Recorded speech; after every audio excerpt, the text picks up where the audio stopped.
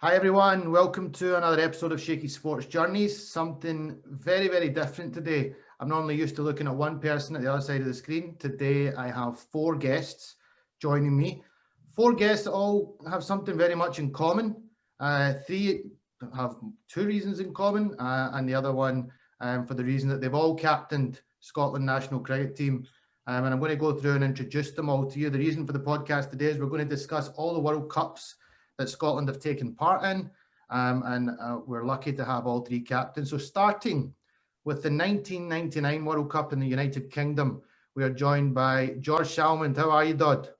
I'm really well, Shaky. Thank you very much for the invitation. Good to see you guys as well. Good to have you. Great to have you. Moving on to 2007 in the Caribbean, we're joined by Craig Wright. How you doing, Wrighty? I'm good, Shaky, man. Good to be here. Good man. And then moving forward again, 2015 in Australia and New Zealand, I'm joined by Preston Mommsen. How are you, mate? I'm good, Shaky. Thanks very much for having me on. Good man, good man. And last but not least, listen, mate, can you concentrate on the podcast? Thank you. Making notes, mate. Just making sure I don't make a fool of myself, you know. I've got, listen, this is you've got to give you a big introduction, mate. MBE, and in recent times, Associate Cricketer of the Decade. Congratulations and welcome to the podcast again, Kyle Coetzer.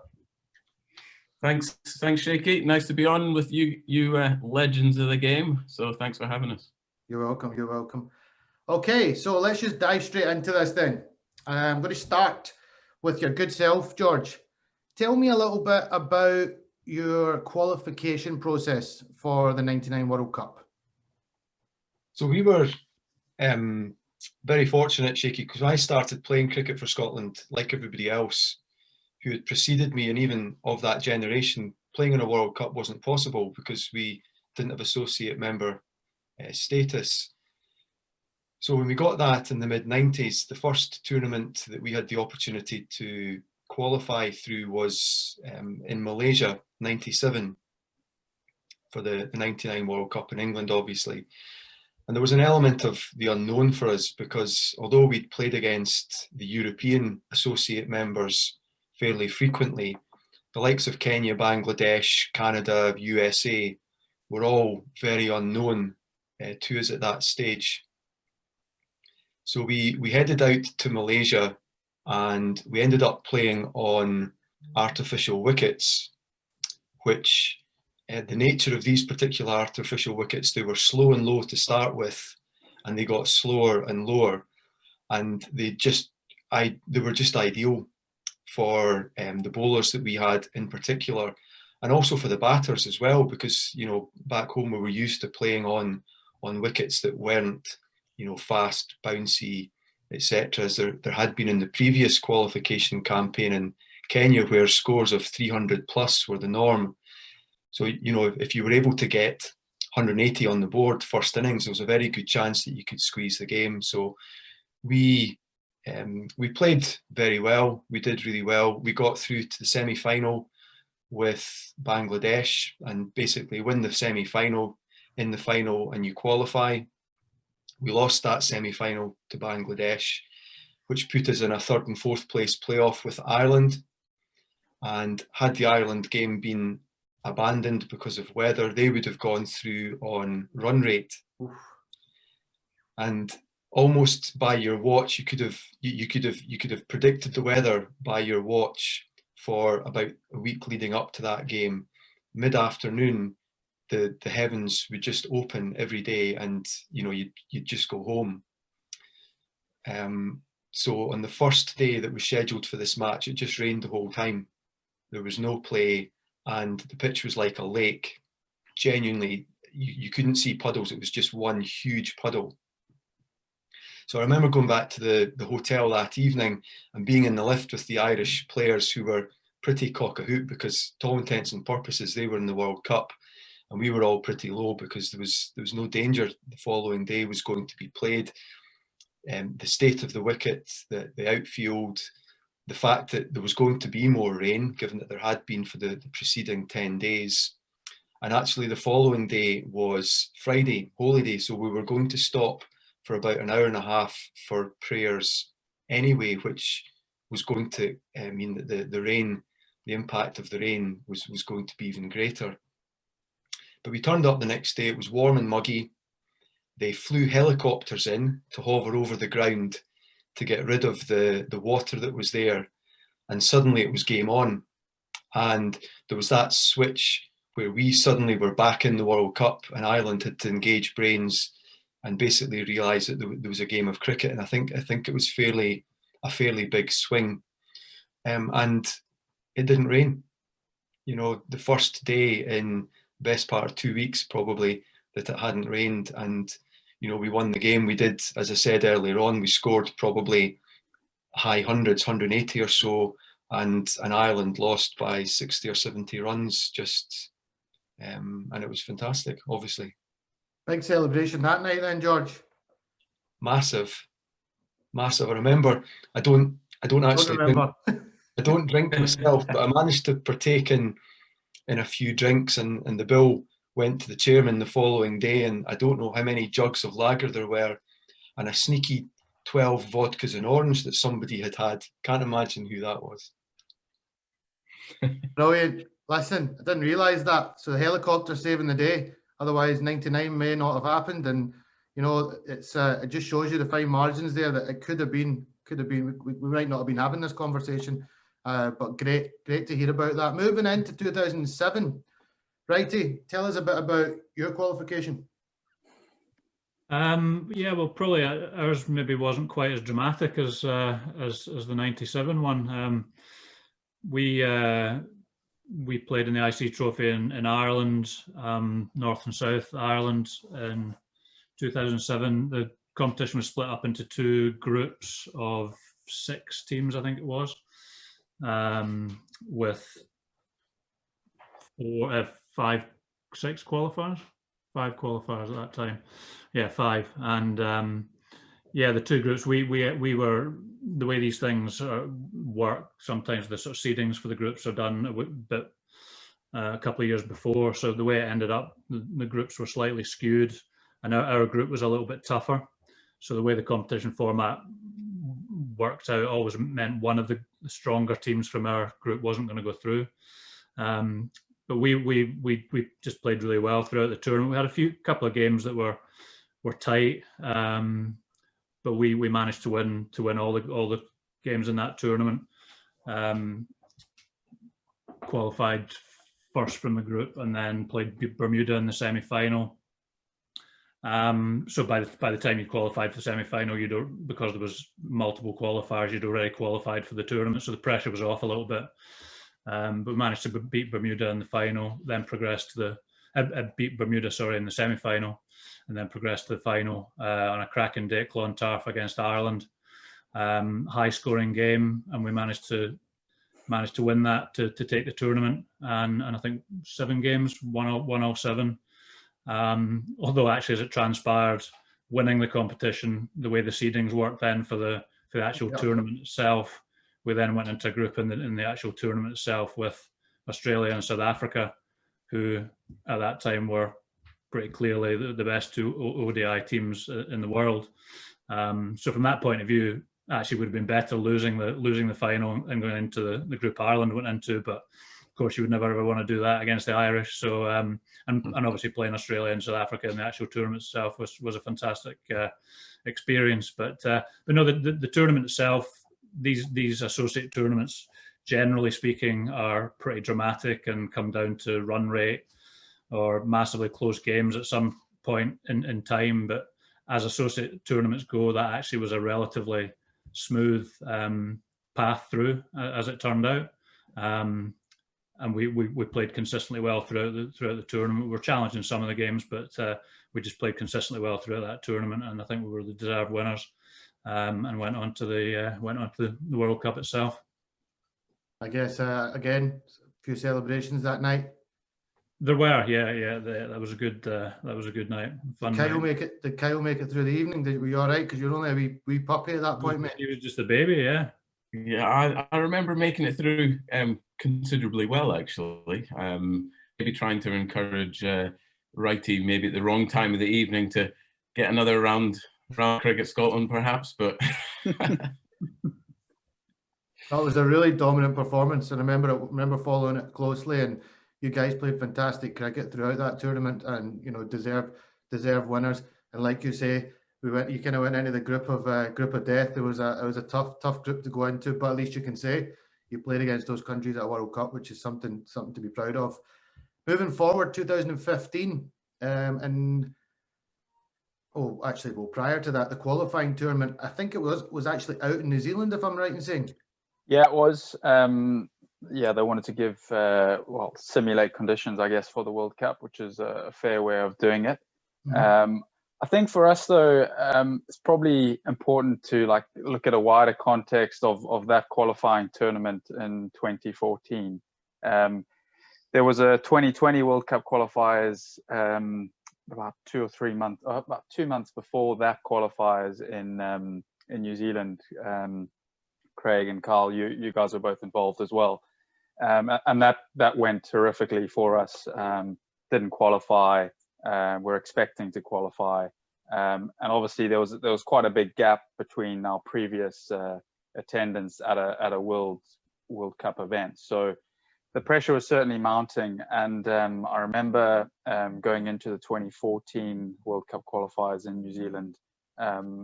Carl was actually the skipper at the start of that tournament before he got injured, and Wright was the coach. And I remember that meeting we had before that tournament started, where we all had to come clean and just be honest with one another about what we were actually facing there, because it was quite literally a case of most of us there were playing for our careers, playing for our bread on the table. So there was a huge amount of pressure on us. There was a huge amount at stake. So it was a massive tournament for us. And then we go into game one pumped up and ready to take on the world, and we lost to Nepal. So you can imagine what a devastating start that was for our campaign. Yeah, was it Hong Kong? Sorry, Hong Kong. Yeah, Hong Kong, yeah, exactly. So it was a big sort of moment, that one. Fortunately for us, we had quite a long gap between that first game and our next game, and we were stationed in Queenstown for that gap. And there's far worse places to be stuck for 7 days between your games. And it was an amazing sort of coming together as a team there. I remember it. And from that moment on, we never looked back in that tournament.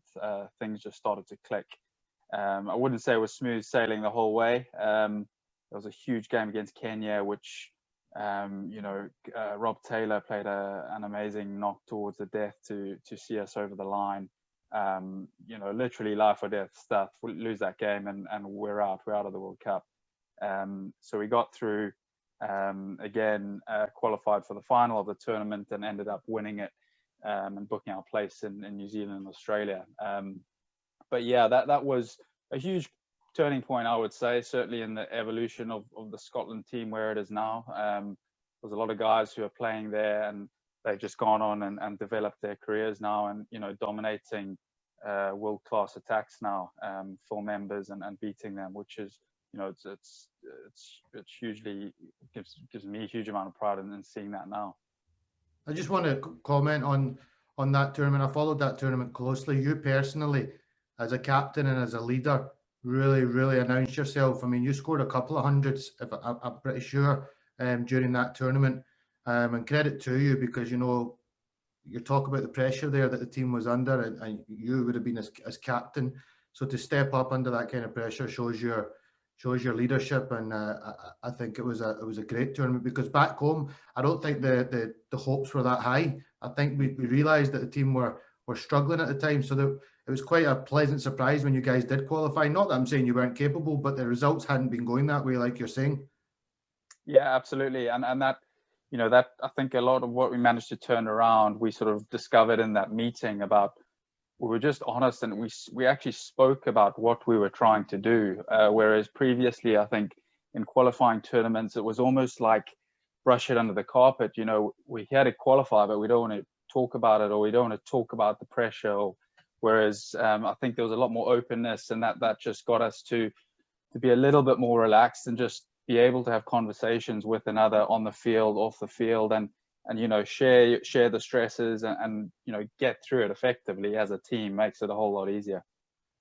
Oh, brilliant! Great to listen to. I'm sure there was a big party over in New Zealand. There was, I think, well led by a certain Paul Collingwood as well. Well, that's right. He was out there with you. He was assistant to you, right? Was he a great right hand man to have? Yeah, he was great. It was a sort of breath of fresh air, just in terms of the sort of approach we'd decided to take that Preston mentions there. The team was coming off a tough sort of year to 18 months where they hadn't won an awful lot of games. And we sort of just made the judgment call to just get everything out in the open and just, as Preston mentioned, it was such a massive tournament in terms of the sort of consequences of not qualifying, professional contracts going, money going, all that sort of thing. So just decided just to get everything out in the open, lay it all out, and sort of be as upfront and honest in terms of what lay ahead, and to sort of tackle the challenges head on rather than being scared about them or intimidated by them. It's good to look back in retrospect and see that was the right approach, because the boys just, and Preston himself particularly, taking over as captain in that tournament after we lost obviously one of the key players and the captain and Kyle. Preston taking on the captaincy and I think player of the tournament, and yeah, I think it was scoring a heap of runs, leading from the front. It was phenomenal, just in terms of the whole group just stepping up, particularly after losing that first game, because that was basically a situation where after losing that first game we had to pretty much, I think, win every single game after that, and they just rose the challenge, and I think Preston's right. I think that was a sort of spark and the catalyst for a lot of the things that have happened since then. Yeah, and Carl, you might want to add in here, but I know, one of the big things we talk about is, and I know Grant talks about, is that meeting in Dundee being one of the sort of key moments for the team and the route they've taken. But I definitely feel that start of that World Cup qualifier in New Zealand could possibly be segmented as phase one, and that Dundee chat as phase two, and where the team has gone. Because that 2013 season, I was actually looking back in that the Clydesdale Bank Pro 40, we lost 12 games on the bounce. So we Wright says it was a bad 12 months. The results, they were bad, and so it was an amazing thing that we managed to turn around there.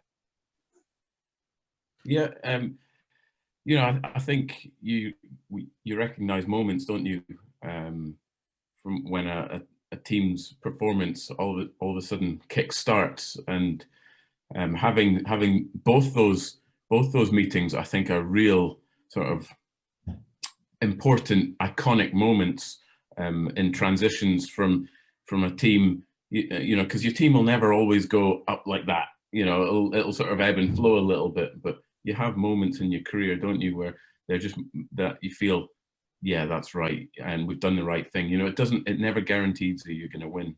It can never guarantee that you'll win, but you can only give it the opportunity to give it a chance to perform and go the right direction. So I think you're bang on there. That was a really important message to send. And another thing that I would say is, even going all the way back to when Doddy was saying in 1999 that you don't know the opposition. We came up against Hong Kong in our first game, and that was an unknown side, and it still happens. These sides develop so quickly. But yeah, really important moment. So well done to those. And Preston was absolutely outstanding in that tournament as well, and Wrighty too, taking over sort of reasonably late notice as well. Wrighty, was he playing football with you boys in the warm-up, trying to break a few legs before the tournament? Was I? Service. Hang on. Was I, like you're innocent? We're holding him back. Most competitive footballing guy in the warm-up, man. You'd think he wants to end careers right there and then, flying in here and there. You need to get Cloudy on to ask about that. Did you wipe him out? Did you in one of the warm-ups? A couple of times. Okay, chaps, great to listen to that. Great to hear about the qualification process. You all done fantastically well. All of you were under pressure right until the last minute. Moving forward, then, I want to chat to you now about your preparation for the actual competition. So I'll go back to yourself again, Dodd. What did you guys do? When did you start preparation, and what kind of stuff did you do? Did you go abroad? Anything special? Well, personally, I got married in the build-up to it all, and came back from honeymoon the day that we flew out for a 2-week trip out to Sharjah, as it was then. I mean, I've been back to Dubai 2 years ago, and it was nothing. I mean, in the 20 years since the trip out to Sharjah, Dubai has just grown exponentially. It's unbelievable. But we had a couple of weeks out there just playing a few bounce matches, one of them under lights against local sides of expats and former professionals, training at bizarre times of the day so that it wasn't too hot for us as well. So that was really good. And we then came back. Sorry to interrupt you. Was that the best preparation for seaming decks and or kind of wickets over in the UK? Probably not. But I suppose it guaranteed us, because the tournament started early May, it guaranteed that we knew that we were going to be outside, which... Well, that's a start, yeah. So you wouldn't have got that in Scotland. That wasn't going to happen. So no. To get outside, you had to go over there. But I just think the wickets must have been a big transition coming back over to the UK. Yeah, and I was thinking about the evolution of the game from now, from '99, so I suppose through till now, and I look at the amount of travelling that the guys have to do, and clearly, that sounds great, but it'll come at a cost as well. But back in the day, I can remember 2 pre-season tours, 91 and 92, I think, to South Africa, and then this trip to Sharjah. That really was they were the only trips that we ever had, and by way of any kind of 12-month competing or pre-season preparation. But I can't imagine you, and pro-wise, very few of you would have been playing professionally. Well, I mean, we had, obviously in '99, we had Blaney was at Northants and Hammy at Yorkshire, mm-hmm. but that was it. So we came back from Sharjah, and we had every country was based in a city. In the UK, in England, I think somebody was maybe based in Cardiff. So we were in Durham, and we had a couple of games. We played Durham and we played Yorkshire in warm-up matches. We went to Scarborough and played Yorkshire there. The one thing I remember about that game was Hammy being hit in the head by Craig White with a beamer, and Craig White wasn't slow, and no, it wasn't. Yeah, there was a little bit of panic when that happened, but. Always well. Always well.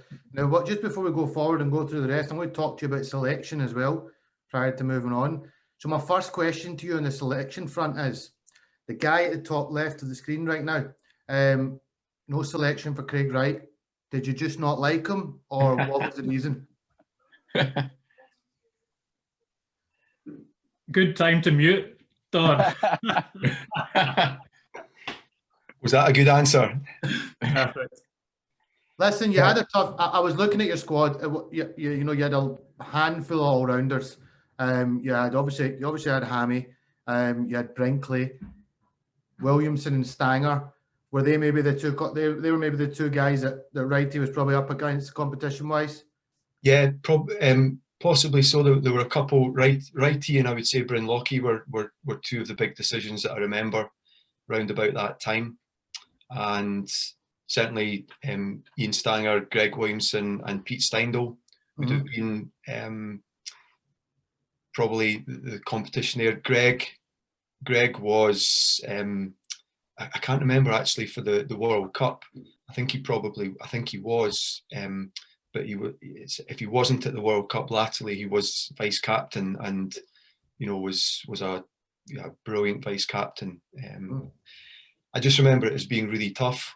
And Not so much righty. I can't remember. Maybe Craig does remember who spoke to him. I think it was maybe Jim Love that had broken that news to him. But I remember speaking to Bryn, and that was a really tough conversation. But yeah, it's never nice, and I'm sure Craig's gone through the same process as coach and captain now as well. And you know, there's no easy way to do it, because you know the decision is the decision, and any kind of reasoning behind it probably you don't hear at the time, but maybe experience tells you that, you know, your time will come. Craig's time came, he did brilliantly, and fair play to him for sticking in. Righty, any comments? You're broken hearted at the time, but Dusty Oh just yeah. I mean, well, no, I was absolutely devastated. One of my ambitions in cricket was to play in a World Cup, and I think probably at the time I wasn't that long before I'd made my debut. I made my debut at the end of the '97 season, but I felt I'd done well enough in '98. You got 5 for against Worcester. Yeah. I felt I'd done well enough to merit a place, and I felt I was consistently playing better than some of the people who were ultimately selected, and even in club cricket, which largely speaking was where you had to be picked from, because there wasn't that much other stuff going on. But then on the flip side, you know, Gav Hamilton was available for the World Cup, which he wasn't always available for the other Scotland games. And actually, as it transpired, I was first reserve, because Gav was actually on the brink of getting picked for England. Yeah. So if Gav had been picked for England, then I would have made our squad. But actually, you know, it wasn't Gav's spot that I felt I justified. It was one or two of the others. But you know, having been through the process many times now on the coaching side and the selection side, you know, I can totally see it from both angles now, and coaches have to go with the players that they feel are right, and that was what happened. But from a personal point of view, it definitely made me a lot more determined moving forward, that sort of situation would never happen again, and that further down the line we'd qualify again, and I'd be involved, which fortunately, after the disappointment of missing out in 2001 when we didn't qualify, then we managed to do it obviously in 2005, and I got involved in 2007. But yeah, 99 was a tough one to stomach. I can't deny that. It's one of these ones, Kaz, that's, you know, as the qualifications changed now, but certainly back then, where, you know, 97 and 2001 only 3 teams were qualifying, and then not qualifying for the 2003 World Cup. You know, it's such a big thing, you know, to be playing on the world stage against the best teams. You know, you dream about these things. It's, you know, there's so many different cliches that you can throw out there, but to qualify and to not get picked clearly is going to be very disappointing, because there's no guarantee that come the next World Cup that you're even going to qualify and have an opportunity to play. So yeah, tough. Don't worry, Dodd. I've got a couple of questions lined up for Righty as well, so don't you worry. I see you. I put you in the hot seat there. You handled it well, mate. Well done. I'm moving on now. Just before I could move on there, George, were you happy with your squad then? Batting lineup, bowling attack. I thought you had a really strong bowling attack at that tournament. I mean, you had a bit of everything. I seen Butt opening up with Blaney, Gav, Brinkley, and then I think it was Dyer was the off spinner. Were you quite happy with that attack? Yeah, do you know, we had a really good attack. And what helped us as well was, you know, the fact that we were playing early on in the season, the white ball was swinging round corners. Mm-hmm. And I mean, one of the things that was tricky about that was actually controlling it. A lot of teams struggled to control it in the first 10 overs. There were lots of extras. You know, we had Pakistan 69 for, it might have even been 5. Mm-hmm. And of that, about 30 were extras. But similarly, in the first game against Australia, I think we benefited from getting 20 or 30 extras in our total as well. So it was something that everybody had to come to terms with. But, you know, we'd a good team to exploit that as much as we could. Righty, preparation. What did you guys get up to? Yeah, I think our preparation actually was pretty amazing, to be honest. We obviously the tournament was in the West Indies, and we went a year ahead of the competition, sort of around Easter time, 2006. We toured Barbados and had a few weeks preparing, playing some games, training. So a year ahead of the event, which was, you know, a great start. And then over the winter, so the World Cup was in sort of end of March, April 2007. In the sort of December 2006, we toured, played a series against Bangladesh, and then in January, early February, we went to Kenya and played a World Cricket League. Actually played a series against Kenya and Canada in the January, and then went straight to Nairobi to play a World Cricket League for the top 6 associate teams. Played a round robin competition, then went home for a couple of weeks, and then went to the West Indies early for a bit of preparation, and then into the competition. So, I mean, basically from probably early to mid-December, maybe in 2006, right through to the end of the World Cup, mid-April, end of April, we were pretty much playing and training full time. So, you know, the preparation was fantastic. Couldn't really argue with what we had. I mean, the ICC, in fairness to them at that stage, were investing quite heavily in high performance countries and the teams that had qualified for the World Cup. So we had some great prep. Actually, not reflected in our performance when the tournament came around, unfortunately. But the preparation, I think, in terms of what we got to do, was pretty excellent. In contrast there, from 99 to 2007, bloody hell, 2 weeks in Sharjah, you know, and compared to pretty much a 12 months, you know, of different tournaments, different situations. You know, it's a big difference there. Again, and I think sorry, so just the other thing to add to that, Shaky, as well, is at that time we were obviously playing in the county tournaments and playing, I can't remember exactly how many games it was at that stage in the season, but it was certainly multiples of the games that George's team would have played back, although we were involved in the county competition at that time. It was only probably, what was it, maybe 4 or 5 games, Dodd, at that time against the counties. So, I mean, the amount of cricket that we played, and not just the amount of cricket we played, but the amount of cricket at a really, really good level was absolutely superb through that period. So in terms of preparation, you couldn't really argue. One thing maybe that still wasn't quite up to speed at that time was we still had a largely amateur and maybe some semi-professional players. So we didn't get the full squad together all the time. So the likes of Dougie Brown, Gav, Blaney was still involved in county cricket at that time. Kyle, some of the guys who were in and around the squad involved in county cricket weren't with us an awful lot. And actually, I know you're going to come on to talk about selection, but actually that probably was one of the things that cost Kyle at that time in terms of his involvement. Yeah, so that was going to be my next question. We're going to chat about selection, and I'm not going to let you get away with it easily since I put Dodd in the hot seat. Associate Cricketer of the Decade doesn't get a gig in the 2007 World Cup. Why? That was a different decade. Yeah. I don't even know how long it did. Okay, right. You've got. Well, he goes on to be. Well, the other thing is, he was part of your 2005 winning squad. I know he didn't play much out there, but I mean, you do say something that's interesting there. You probably just weren't seeing enough of him in front of you to make that selection with full confidence. Yeah, I mean, my memory of that. I mean, you made your debut, Kyle, 2003, was it? I think that was about right, yeah. So, I mean, I think from your debut in 2003 till the World Cup in 2007, I can't, obviously, I don't have the knowledge to hand in terms of how many games you played for Scotland, but it doesn't from memory, seem to be that many. I hadn't played a whole heap of runs, a whole heap of games at all, to be fair.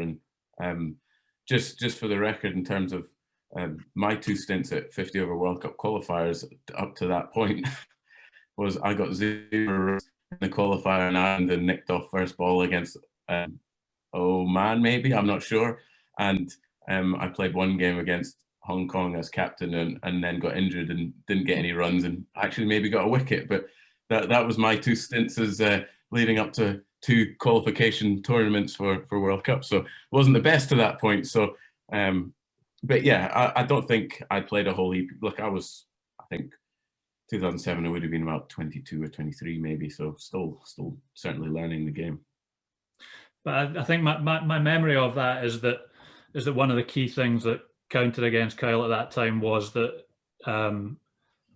we hadn't seen a lot of him, and also the coach at Durham at that time, Jeff Cook, wasn't massively supportive of Kyle coming and playing for Scotland, which maybe again counted against you in terms of games you might have played had it been a slightly better relationship. And then, you know, that's my main memory of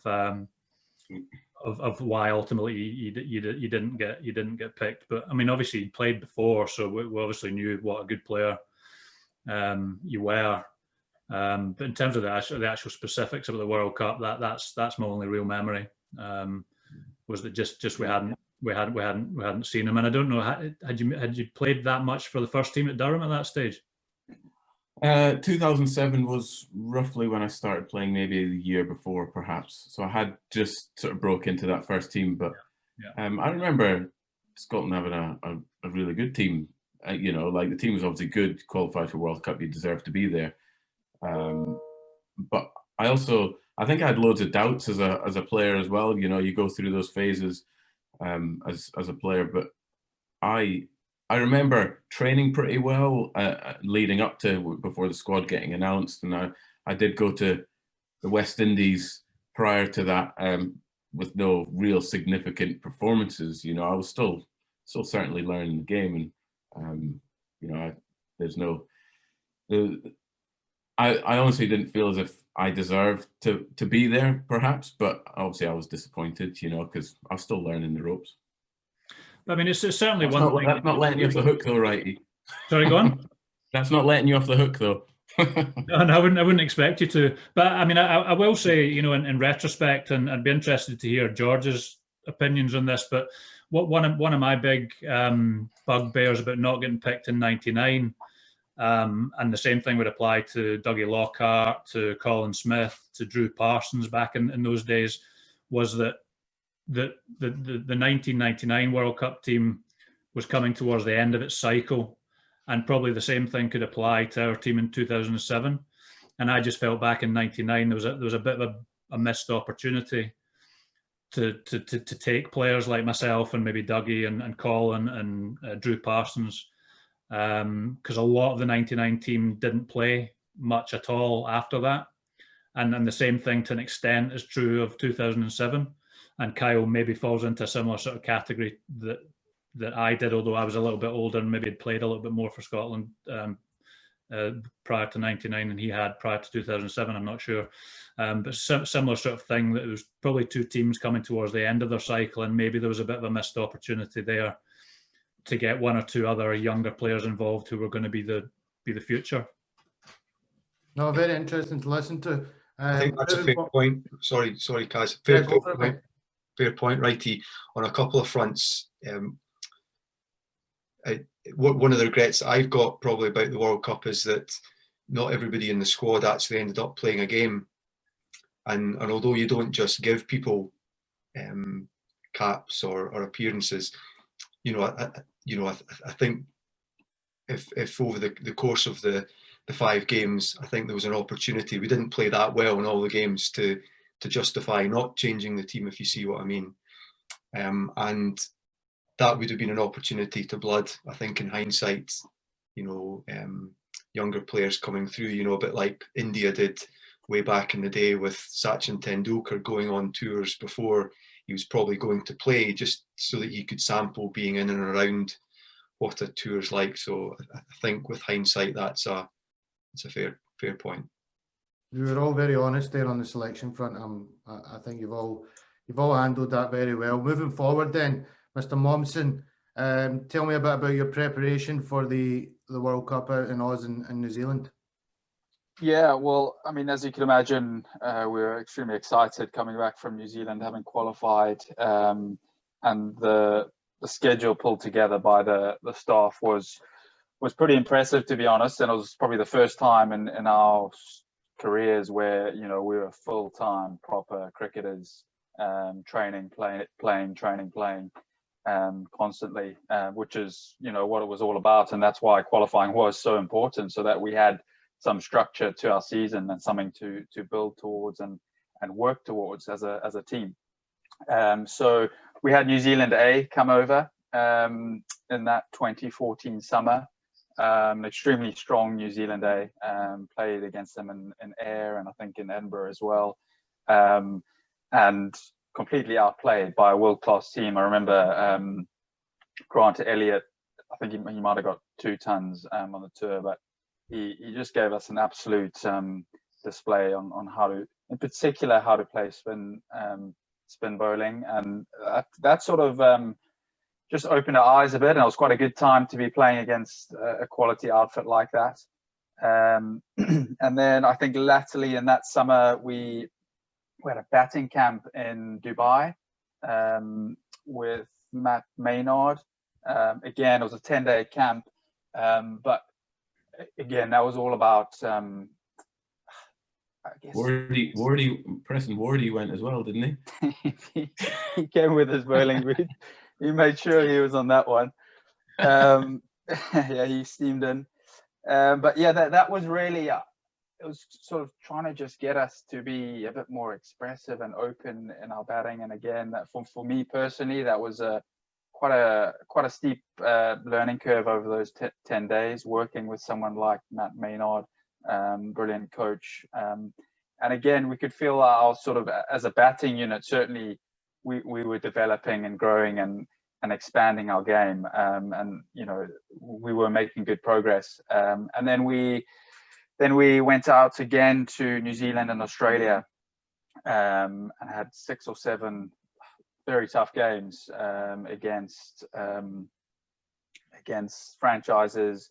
And we had a game against a very strong New Zealand 11 at Lincoln. I don't know if you guys remember that one, where we lost by 1 run, chasing 260 odd. And you know, that was pretty much a full New Zealand 11. Brendan McCullum, all the big names, Latham, Vittori were playing. But I think that gave us a huge amount of confidence, because, you know, it was never going to be an easy tour, going and playing in those conditions. But it was a proper pre-World Cup warm-up tour.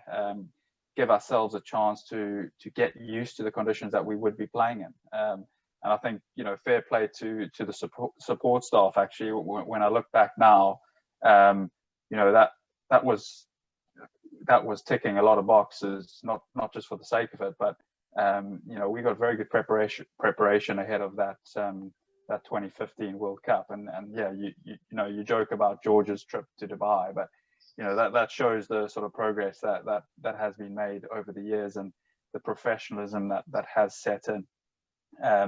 So that was a very important tour for us. And although I think we only won 2 of the 6 or 7 games, they were tough games, and we were tested in those conditions.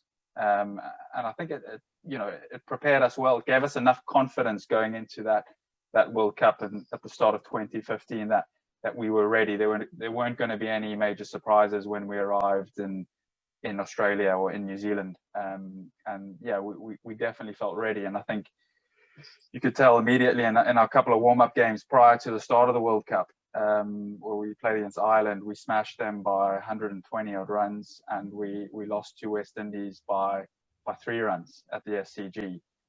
So we were definitely in a good place, and we were well prepared and ready for that World Cup. There's no doubt about that. Selections. I can't actually remember any of the tasty challenges that you had. I don't have a name to chuck at you, which I'm a bit gutted about. Who did you leave out that was in contention? Salmond. Yeah, I mean, there was a tough one with Gouds. You know, he's been yeah, what can I say about Gards? You know, he's always worn his heart on his sleeve. He's been a very proud Scotland performer, and he's put in some incredible performances over the years. You know, a fifer against Australia. Not many people can boast about a performance like that. Also a very good friend, and you know, an amazing guy. So, and he was part of obviously the qualifying team at the qualifiers. So that was a tough one, I think. It was sort of in that transition period of we could now start picking county players, and so there's a bit more competition and depth that had come in. Selection wise, I think another big thing to bear in mind is that we didn't have a left arm spinner or a leg spinner or anyone who could take away from the bat, and that was probably more of a selection dilemma. You know, going to Australia and New Zealand, playing in a 50 over tournament without that in your armory was always going to be tough. And, I know Moni went to New Zealand, but did he just not do enough to put his hand in the hat? Yeah, again, similar to Gards, Moni, absolutely fantastic guy, and what a great Scotland performer as well. But yeah, unfortunately, it was a case that we just couldn't rely on him for 10 overs in a 50 over game, unfortunately. But you know, we see someone certainly you would love to have around, top guy. It's worth saying, just when we're talking about Icky, just how important, and this goes back to perhaps my non-selection in '99. One of the things that might have counted against me might have been that I might not have been the best one for sitting on the bench. I don't know. I'm just guessing. But I mean, Moni and Gordon Drummond would be the other one in 2014 for the qualifying tournament. Just how successful that tournament was. One of the big things about that tournament in particular was actually how good those guys were. Because I think maybe Icky played one game. We played a lot of games. He played one game, and Drummond maybe even didn't play any at all. But they were absolutely outstanding. So it's then unfortunate when guys like that aren't involved when the big prize comes around. But it was just worth mentioning those two in particular. My memory of that 2014 tournament with them not playing, but still contributing really, really well to the squad dynamic. Yeah, absolutely. Couldn't agree more. They certainly, you know, you talk about adding value to a team, and that's not just adding value on the park, but it's what they brought off the field. I know Drummer in particular, personally for me, he was the guy who gave me throwdowns every morning before a game. So I'll be forever grateful to him. He knows that. I know that. Never gave me a throwdown in his life, man. So much cricket there. What's going on here? Hey, Drummel, you got your favourites, have you, mate? Look, great to listen. Great to listen to all of that. Let's get into the World Cup then. Let's get into the fun times of it now. Listen, 99 World Cup seems like it was yesterday. I mean, Kyle, before I speak to Dodd about that, I mean, we were probably, 12, 13, maybe around that age. 99 World Cup was just everything. I remember it like it was yesterday, how excited you were as kids to see your senior, your Scottish team playing in a World Cup. Yeah, Shaky, it was unbelievable to watch, you know. I'm not sure whether I should be admitting this or not, but I actually got a passport photo taken in my Scotland replica shirt, and it was in my passport for obviously 10 years. So it wasn't any of the players, it was a replica shirt, but I remember watching George and his team and being amazed by, you know, seeing them on the TV, and it was a real inspiration to me. Well, I'll start with the first game, and let's just talk about your group first of all, Dodd. So Australia, Pakistan, Bangladesh, the West Indies, and New Zealand, which included 2 home games at the Grange, which is obviously very historical to have a couple of World Cup games there. But if I'm right in saying Australia at Worcester, first game, I remember it because I was there in the crowd. Talk to me about going into that game. And I mean, you're obviously playing against the eventual winners, a serious team in Australia. Were you confident of a big win? No.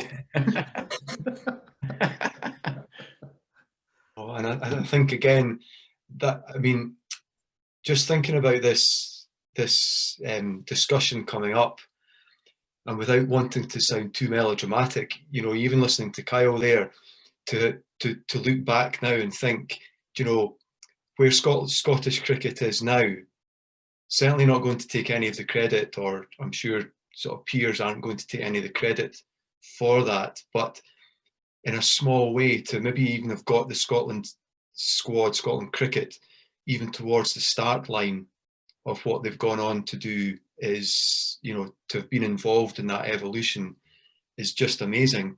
No, I mean, in all honesty, you know, we wanted to compete. Clearly there was the match against Bangladesh that, you know, we would target as being a really good chance of winning. They'd toured Scotland the year before. We'd played them in a 1-day and a 3-day series. We'd done really well against them. So there was that, and you know, you want to compete for as long as possible in a match against the top boys, but realistically it was going to be difficult. Certainly going to be difficult to get out of the group. But I mean, the game at Worcester, I remember being in the team bus and driving through the centre of Worcester and seeing rampant lion flags, saltires flying, and genuinely thinking, is there a football match on today as well? Everybody going to the pub, not realising that, you know, they were all heading to the cricket ground. And it really wasn't until Bod and Philpe walked out to open the batting and the whole ground stood up that you got that sense of, you know, just how many Scottish fans were down there, and it was just amazing. It all started off pretty well. Was it not the first ball Bod hit Fleming? Beautiful cover drive through cover for 4. Yeah, I mean, I think there were still tears in my eyes.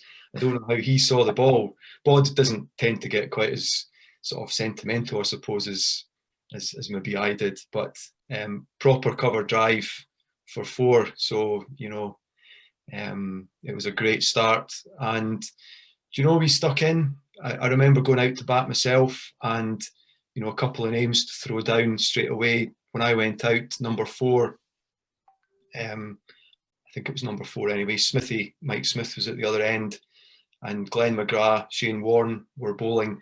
And I can remember facing a couple of balls and then going down and having a chat with Mike, and we just decided, listen, we're going to have one with our name on it. Let's make sure if we're here for half an hour or longer, you know, we have a bit of fun. So we took a few risks.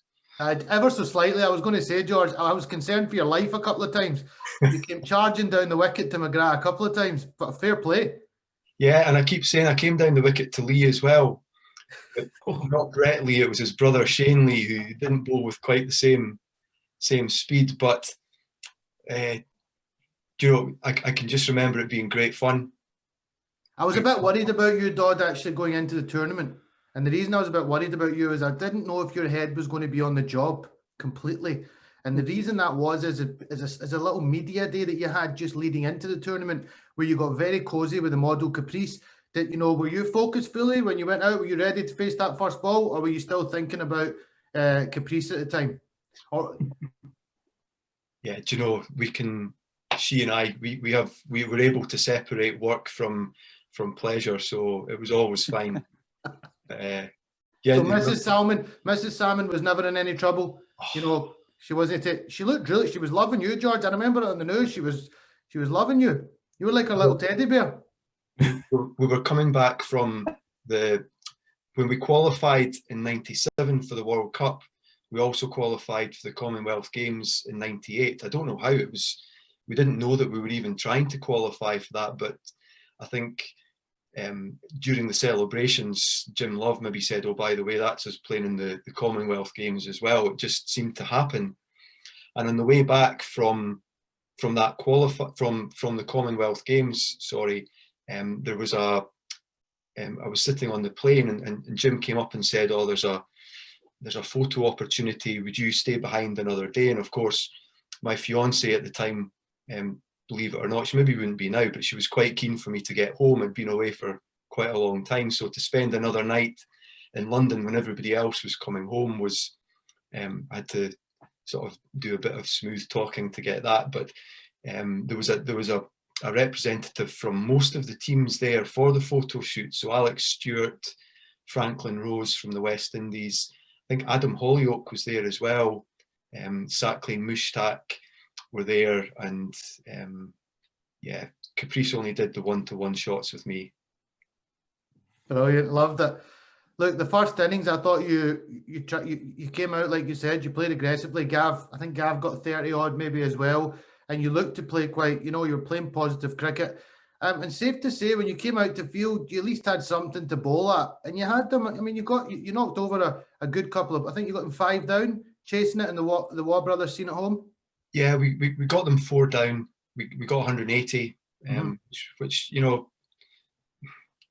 competitive at that time. Took them to the 45th over to get it, which again, from their point of view, it's perfectly comfortable, but it was competitive.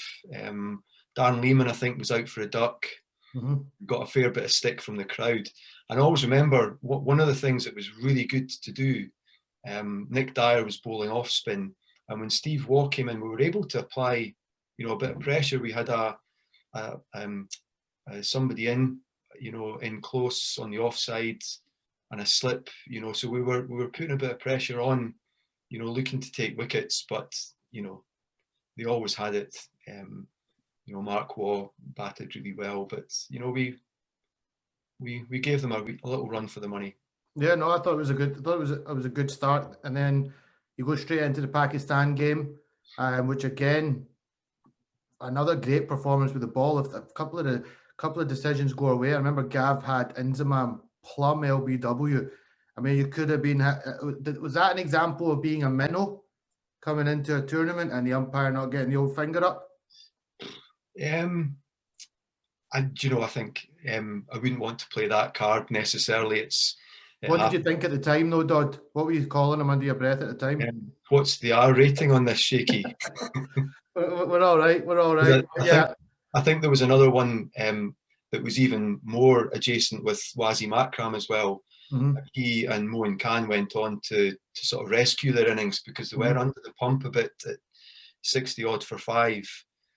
Blaney and Asim Butt in particular had bowled really well, and then Brinks and Hammy came on and backed that up as well. So 260 was always a bit more than probably would have been comfortable chasing. In particular, would they have got that many if Gav hadn't dropped Wasim Akram on the boundary? I was sure to remind him of that during our podcast. Yeah, I was glad that you picked that one up, but can happen to the best of us, I suppose. But what I remember about that game as well, the lead up to that, Pakistan, I think, in their first match, had played the West Indies at Bristol.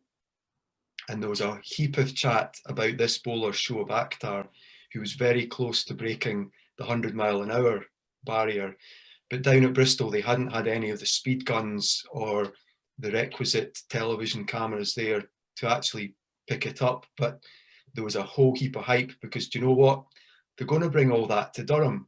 So you can imagine how delighted we were to know as the batters that he'd be pushing himself off the sight screen trying to break the 100-mile-an-hour barrier. And if you ever get a chance to see the ball that he got Mike Smith out with, not only was it rapid, but it pitched on leg, and I think it hit the top of off as well. It was mental. I was I was actually next to the sight screen, but I managed to get round the ground. I was actually sitting at cover, but I wanted to see Shoaib bowl from behind, and I was worried for a few of you. But I mean, it was exciting to watch. But he was absolutely. It was frightening quick, and he wasn't holding back. He was steaming in that day. Yeah. Did you see it? Did you see any? Yeah, you see it. Yeah, it's about reacting in time as well, which is always tricky. We'd faced him out in the Commonwealth Games as well. He'd been across there, but a complete unknown, certainly to us. But the chat around the athletes' village, keep throwing that phrase in as much as I can. Chat around the athletes' village was that he's the quickest guy on the planet at the moment, and sure enough, the other guy from the other end wasn't too bad either. Wasim Akram, hooping around corners at good pace. I think he cleaned up Ian Stanger with it was just an unplayable delivery. But Gav Hamilton, comes out and announces himself on the World Cup stage, lets England know that they maybe missed a trick, but that's their problem. And blazed was it 70?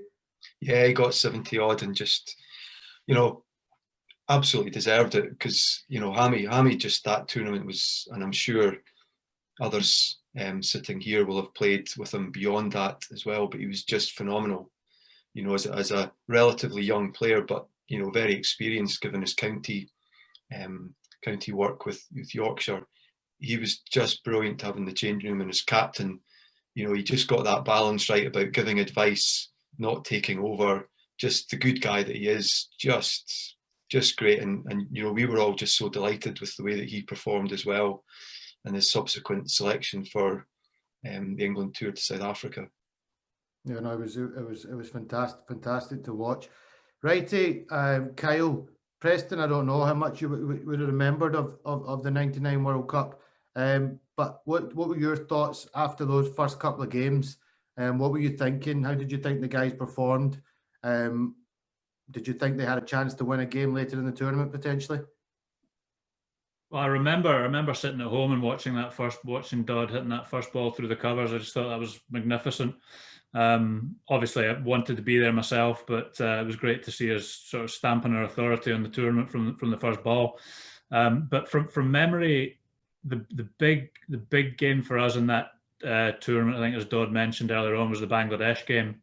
Mm-hmm. At that time, you know, we were an up-and-coming country, they were an up-and-coming country, and as Dodd said, we'd played them the year before and we beat them, I think, 2-0 in the one-day series and drew the three-day game. So, you know, we were sort of on a par, really, or even in our own conditions a little bit ahead of them.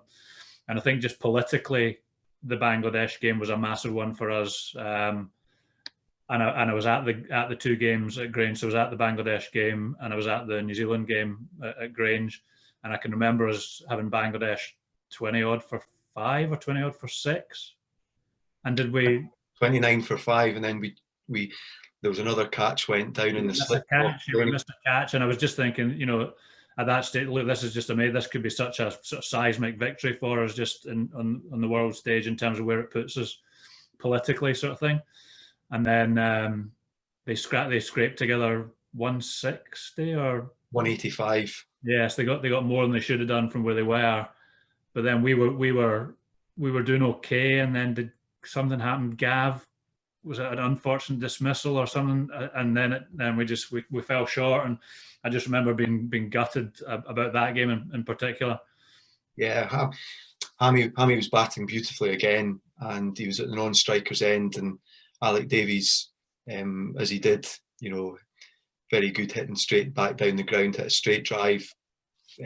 Bowler got a touch on it and Hammy was run out, which it was a pivotal moment, but, you know, like everything else in sport, a good team would survive that and still win the game. You know, we'd not batted well enough top order there to have enough in the bag, but I think we fell short by about 20 runs.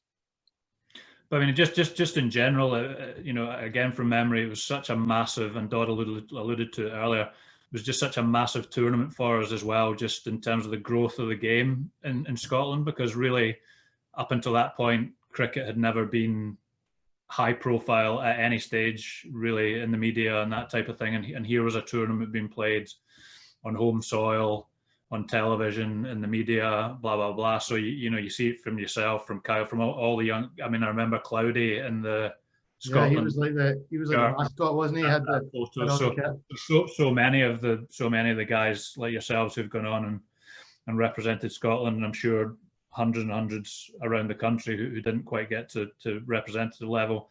You know, that tournament has had such a massive impact on them. And from my point of view, even though I'm a bit older than you guys, it was massive as well, because I grew up loving cricket and in the same situation as George. For the first part of my cricketing life, if you want to call it that, there was no opportunity to play in a World Cup, and then suddenly there was, and that was a massive thing for me at that point in time as well. Obviously disappointed to miss out on being selected for that one, but you know, that opportunity wasn't there when I started playing cricket as a sort of 13, 14-year-old, and then suddenly it appeared, and there was suddenly something to really aspire to. within the game in Scotland, and obviously things have kicked on from then.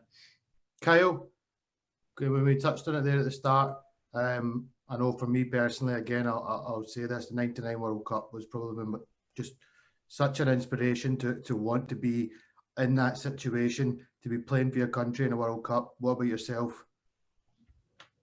Yeah, I think, first of all, an important message to go out to the ICC really and those involved is how big an impact it did have on our country. And I remember seeing neighbours in our street, and I've got two older brothers and my old man. We all played for Stonywood Dice, and but I remember our neighbours, all of a sudden, we didn't know they played cricket. They're off going playing cricket. You know, like when Wimbledon's on, you see kids going out with their tennis rackets and they're out playing. I do remember seeing in the park, all of a sudden, there's other people playing cricket. So that's the important message, I think, that sometimes gets overlooked when the numbers are being reduced in terms of 50 over World Cup, which in my opinion is the pinnacle for a Scottish player. I know T20 is important for the world game and all that, and obviously Test cricket has its place, but for a Scottish player, in my opinion, 50 over World Cup is the pinnacle, and the impact that it has within the country and within the other countries that do manage to qualify is huge. So and it certainly played a huge part in my career. You know, whenever me and you, Shaky, would turn up and play, you'd be running in like try and run in like Azim Button, so you didn't knock my toes off, you know. There were battles there that we would play out, probably trying to mimic what we had seen, you know, at the time, you know, people that we were seeing as heroes to us within Scotland. And I just think it gets overlooked in the world game. I think the ICC underestimate the value that has, and I think it's a real message that gets missed. We're still going to come on to some of the tasty stuff because we've still got Preston Mommsen lined up to discuss his campaign at the end, and he was all guns blazing with the media, so we're going to get to that. But Preston, just some comments on the 99 World Cup. I mean, obviously you probably weren't in Scotland at that time, but did you do a bit of digging into the archives prior to your World Cup to look into it? Yeah, I mean, George talks about that being a part of the evolution, and 100% that is the case. Because, you know, before I obviously moved over to Scotland to try and play for the country, I definitely, you know, I did my research and looked into what the team had been involved in, and the 99 World Cup was a big part of my decision making, definitely. So just shows how important, and you know, it's what Carl's saying is to be on that world stage and inspiring the next generation, and that's exactly what the guys in 99 did. And the guys in 2007 did, and fortunately we were able to do it in 2015, and as a country we need to make sure that we keep doing it when the time arises. So Dodd, New Zealand, I think it was, you finished up with, which was quite again, do you know what I noticed throughout the tournament, there was again always stages where you guys were in the game, but again just those pivotal moments that we missed out on, you know, a couple more runs here and there, you know, you probably put a few more teams under pressure. Is that fair to say? I'm not going to answer that question just now, Shaky, because when I played, I didn't always walk when I nicked it, to be fair. No. But I've matured. Okay. And you've missed out the West Indies debacle. Yeah, you know, I didn't want to touch on that too much because that was obviously the one disaster game, wasn't it? Yeah, sort of. Yeah, it wouldn't be fair to sort of let that one go as well. But we lost the Bangladesh game. That was quite a pivotal moment, because although we'd been competitive for stages in the first two matches and given reasonable accounts of ourselves, Hammy given phenomenal account of himself, Blaney and others as well. That was a game that basically we wanted to win. And although that was very competitive, the most competitive match we'd had up till that stage, that wasn't what we were looking to achieve in that game. So the next game down at Leicester, you know, bowled out for 68, having won the toss as well, wasn't great. knocked off in 10 overs, and the bars weren't even open by the time the game was finished. So thankfully I didn't travel down to that game. Yeah, that wasn't great. And then we finished up with the New Zealand game, which again we batted first. And I have to be honest, the New Zealand game is of the 5 games, although it's the one that's the least far back in history, it's the one that I remember least about. I think by that stage we were just probably emotionally more than anything else just exhausted with it. I just remember at the end almost looking around the changing room, and yeah, we were disappointed that we hadn't played better in that game, but I think we were just spent. I think, you know, it looked like a team of amateur cricketers that had just tried their very best, but you know, we're playing against battle-hardened cricketers that were used to playing in tournaments, being away from home for a long time, and just churning out performances. And you know, it was a tough gig. Well, it was a tough gig, but you've done us all very proud. I mean, it's a big ask to go into a tournament like that, especially with 2 weeks preparation in Sharjah being the only thing that you really had compared to these other guys who had 5-star hotels and ICC funding and everything else. So Dodd, I think you guys did fantastically well. And we'll touch on a few other wee questions at the end about the campaign itself, but we'll move forward into 2007, which is Wrighty's campaign. You got your chance, Wrighty. You're going to the World Cup. You've got 3 games, which is, you know, that's probably the one thing you're a wee bit sad about, because, you know, Dodd's side had a lot of games, as did Preston's team. But you guys only had the 3 games against Australia, South Africa, and the Netherlands. So talk to me about your campaign there. Yeah, I mean, I think definitely one of the disappointments was the fact that we only had 3 games compared to the sort of structure of other World Cups. And I think that was definitely a disappointment. And also, I think the way the games were scheduled didn't help us either. I think if we'd played Holland first, if we played the Netherlands first, I think it might have been a little bit different. I think overall we just didn't do ourselves justice in that competition at all, which was a real disappointment given the way that we'd played probably over the previous 3 years. You know, we'd won the I Cup in 2004. We'd won the ICC Trophy that we talked about earlier in 2005. Even in the build up to the 2007 World Cup, we'd played some decent cricket in some really tough conditions actually in Kenya. We got to the final of that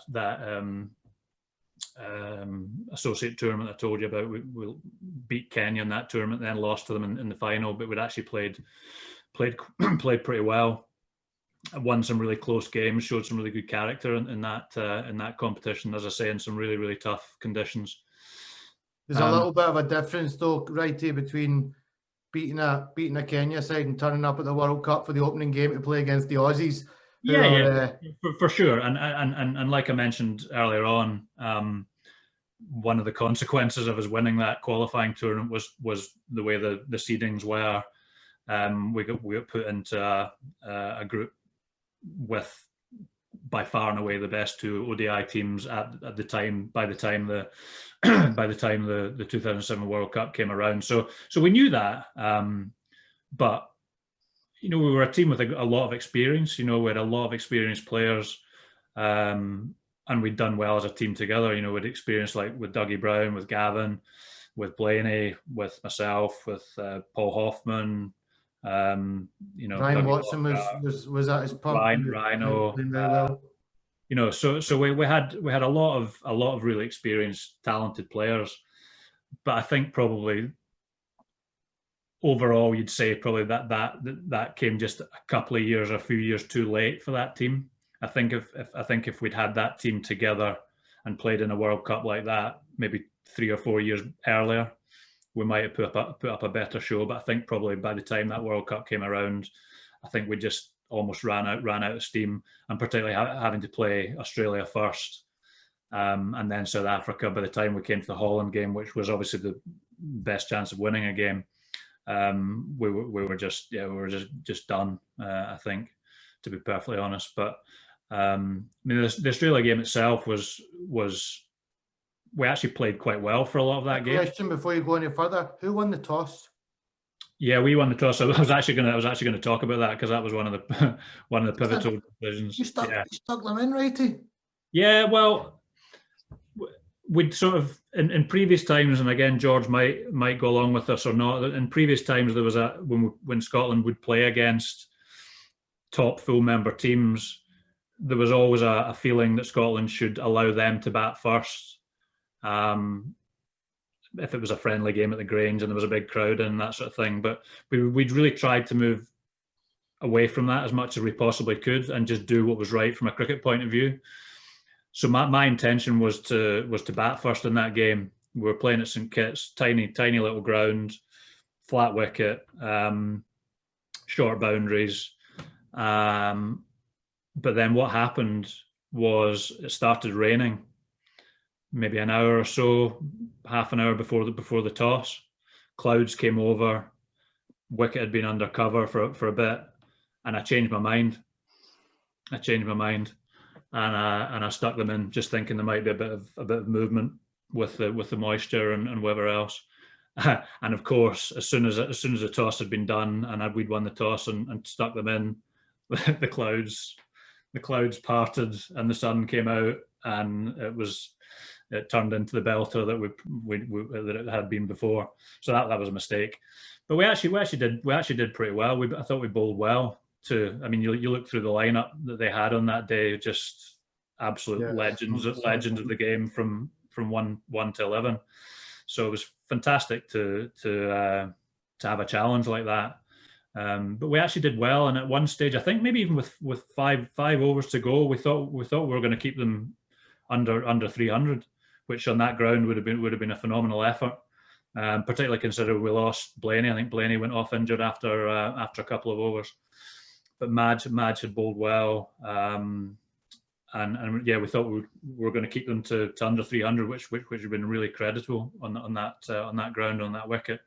But then Shane Watson and Brad Hodge, I think, actually smashed a quick 30, and Watson got some quick runs, and they scored a load in that last 5 overs, which just sort of took it away from us and took the wind out of our sails a little bit.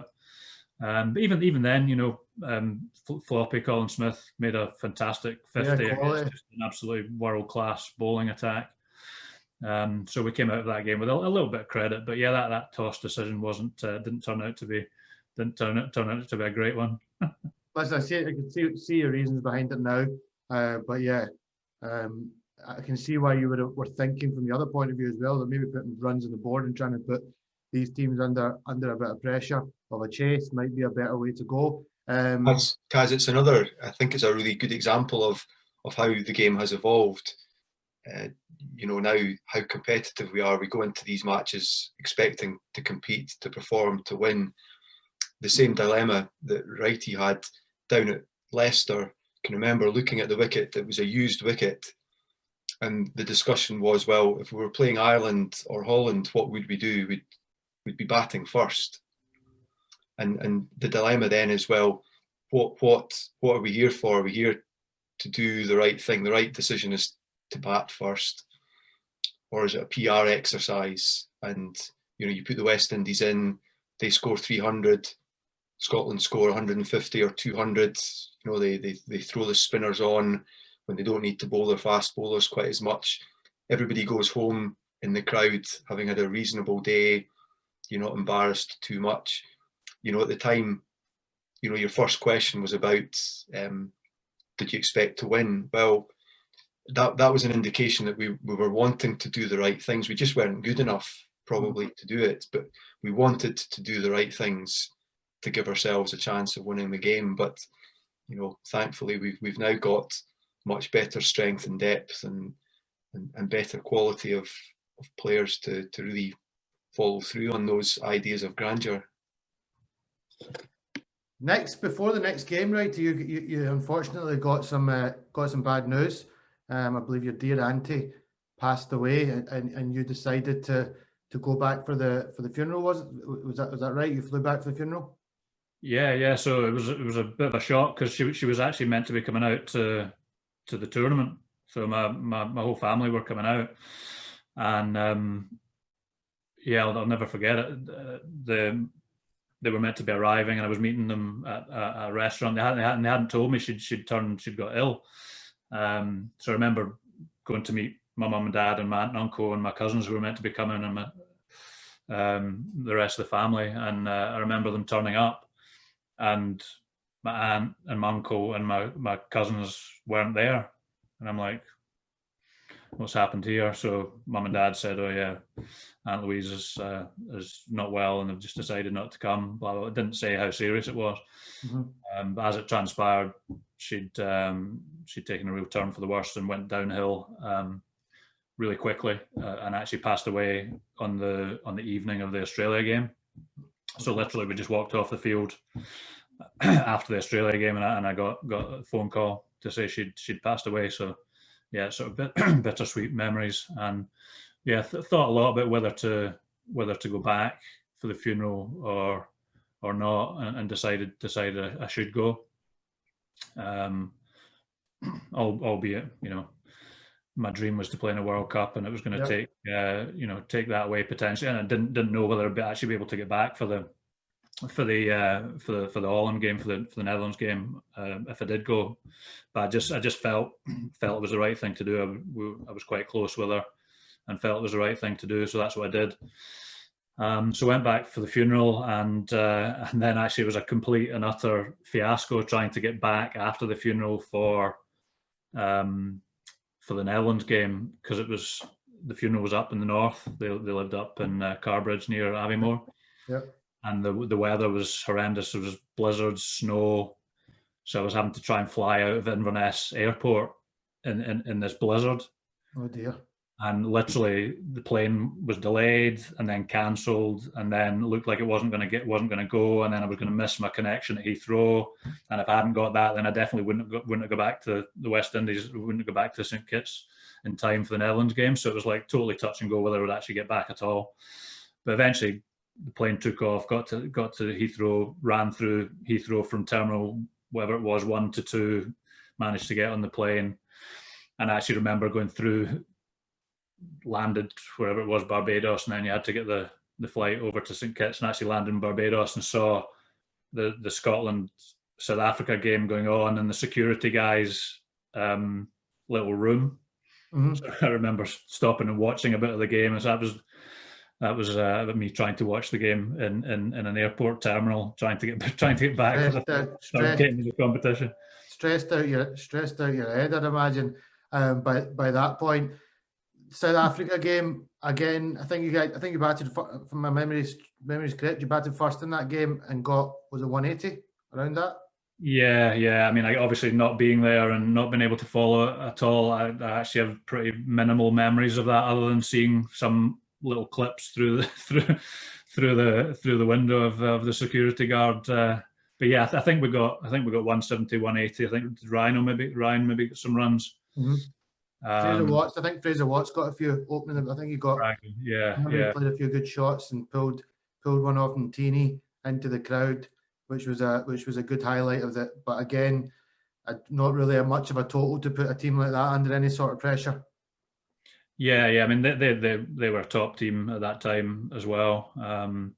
So obviously it was going to be difficult, and you need more than 180 on a ground like that, and on most grounds, to beat a team like that. So I think they won, was it 3 down or something like that, 4 down.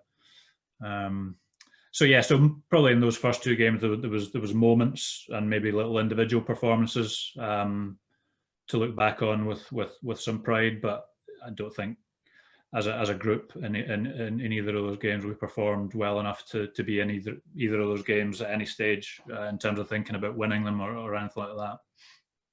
And then the biggest disappointment Dodd talked about, I didn't even remember that we had Bangladesh 20 odd for 6, bloody hell.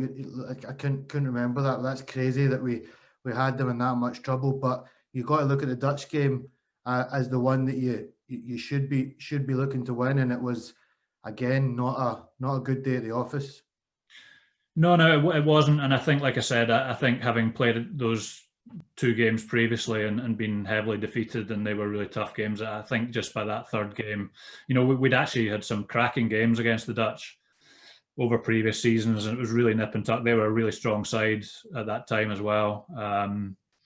Alexei Kerveze, Ryan Tendashata, they had some really top players. But we would beat them one game and they would beat us another game, and we had a lot of really, really tight games with them as well. But unfortunately, that game in the World Cup, we just didn't. It was one of those ones we just didn't turn up, and we lost comfortably, and probably one of my most disappointing games in a Scotland shirt, actually, because we really had set ourselves a target of winning a game in a World Cup, that we finally did in the T20s in 2016, but it was a long time for that to happen. But that game specifically in 2007 was one we'd really targeted as one that we realistically at that stage could have and certainly should have played a lot better than we did in that moment and in that match. Yeah, looking at it from the outside, I would say it's out of the 3 World Cups, it was probably the one that felt the most disappointed about, because you guys went there with a really top, good squad of players, and we had high hopes for you to do something. But again, you're coming up against 2 teams that are not the worst teams on the planet, especially at that time. Like you said, probably 2 of the best ODI teams in the world. And well, they were. I mean, they were ranked 1 and 2 quite a long way ahead of everyone else. And a lot of people at the time sort of asked me, would we have traded winning the ICC Trophy qualifiers against, in that final against Ireland, to finish second and be put into the group that Ireland ended up playing in, and obviously beat Pakistan, drew Zimbabwe, and tied with Zimbabwe. And I mean, obviously, I think particularly in the conditions that they played those games in would have suited us a lot better than the ones in St Kitts. And obviously Pakistan and Zimbabwe weren't as strong at that time, obviously, as Australia and South Africa were. So there's part of you that says, well, yeah, what might have been had we got to play against those teams instead of the ones we did play against. But there was no excuse for us playing the way we did against the Netherlands. You can accept being outclassed by South Africa and Australia, but to play the way we did against the Netherlands was really disappointing. That's it. 2007 done, and we'll move on now. I can see Preston is getting a bit restless. He hasn't spoken for a while. Stay with us, mate. Stay with us. Not at all shaky. 2015, big competition over in Australia and New Zealand. What fantastic countries to be touring. You've already had experience of going to New Zealand. That's where you qualified, so that was familiar to you. You go into a group with New Zealand, England, Afghanistan, Bangladesh, Sri Lanka, and Australia. So before you've even started the tournament, you've got 6 guaranteed fixtures, which is a nice place to be.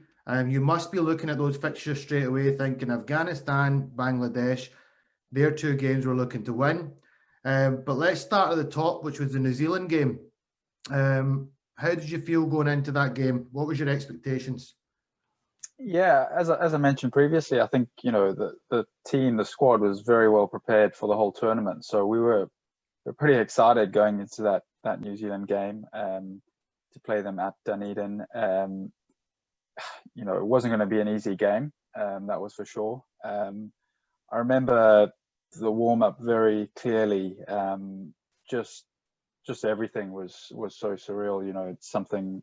Personally, I'd never experienced it in my life before. Playing at that sort of venue, the crowd, just the atmosphere, the complete buzz about the place was different level.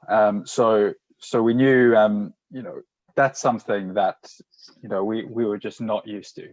So it was about adapting to that situation and trying to get normalized with that, and then losing the toss. On a wicket that can offer something, and you've got one of the best attacks in the world that will extract anything out of the wicket if there's anything on offer. So that was a challenge immediately, first up with bat in hand, and we lost a couple of quick ones, and there was definitely some flutter in the change room there. That's for sure, because it wasn't, it's not the start we had spoken about. We go into the game with a pretty set game plan, and it doesn't go to plan. But I would say though that that partnership with Machen and Barrington against that attack and the way they managed to counter the offense that they were putting on, you know, that gave us a huge amount of confidence, not just in that game. You know, they took us from a dead and buried position to, you know, we were right back in that game when they were batting together. I think they put on over 100 together, both of them getting 50s, you know, top class 50s. And that really gave us that little bit of I think time that we needed to adjust to what was a huge moment for all of us playing in that environment. And then that just kind of got us settled into the tournament.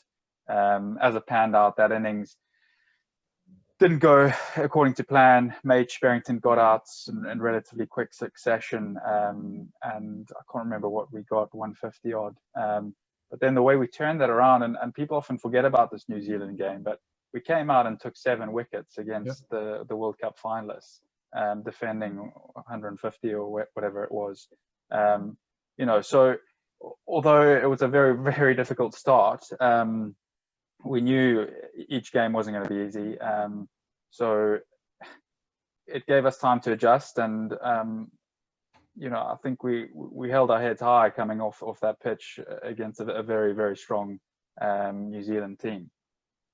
You talk critical moments with Scotland at these big tournaments. I mean, there's no secret here that we haven't won at a 50 over World Cup yet. Critical moments are moments we seem to, I mean, when Machen and Richie got their 50s, I remember like it was yesterday, they were so comfortable at the crease. There was no need for them to give their wicket away. I mean, I remember Richie playing against Vittori, you know, the best left-arm spinner in the world, and huge straight six, dancing down the wicket, and you know that you can imagine what that does to the whole dressing room, and just relaxes us. And actually, guys, you know, we can play here. We can really compete with literally the world's best. So yeah, that was a hugely significant moment. It's a pity it couldn't kick on, you know, and give us more of a chance in that game. Well, you think you could maybe got 220, 230 even in that game? You could have had them in some serious trouble. You never know. You know, so you know, it could have been a nightmare start, but Richie and Machen really did. It was so impressive to watch both of them construct that, and then counter attack as well. And then obviously you take 7 wickets. Kyle, what were you doing at the top of the order? I mean, we rely on you, mate, at that tournament. Quick 50 from you at the top there, just punching them here and there would have gone down lovely. Well, I've got a couple of thoughts around that New Zealand game actually, and one of them might be one of the best kept secrets, or maybe it's just been a secret kept for me actually. But as far as I remember, we won the toss and we decided to bat in a green seamer. But maybe Preston's just kept it as a secret, and he wound us all up to say New Zealand won the toss. Wait, am I getting confused with Afghanistan then? Yeah, I think because remember Grant always used to tell us in New Zealand, even though the wickets are emerald green, they actually play really well, which largely speaking was true. But yeah, I think we would have won the toss. So we're putting this on Grant then. We won't put it on you, so we're putting this on Grant. Well, I've made the call. No, because actually it wasn't the surface, it was the swing. There's nothing to do, the wickets came from swing, not from the pitch. How did you get out, Kyle? I hit one out the screws actually and got caught at mid-wicket off my legs. I remember that, but I do remember Trent Bolt, and I never got down to his end to face him actually, but I do remember him swinging it round corners, and I thought this is high class bowling. Thanks Preston for sticking us in to have a bat, and then Preston came in, and I'm not sure how many I'd faced. Or even if I was still in at the time. I came in, you just got out. Yeah, I just got out, and Trent bowled a beautiful ball, and it smacked Preston halfway up the shin.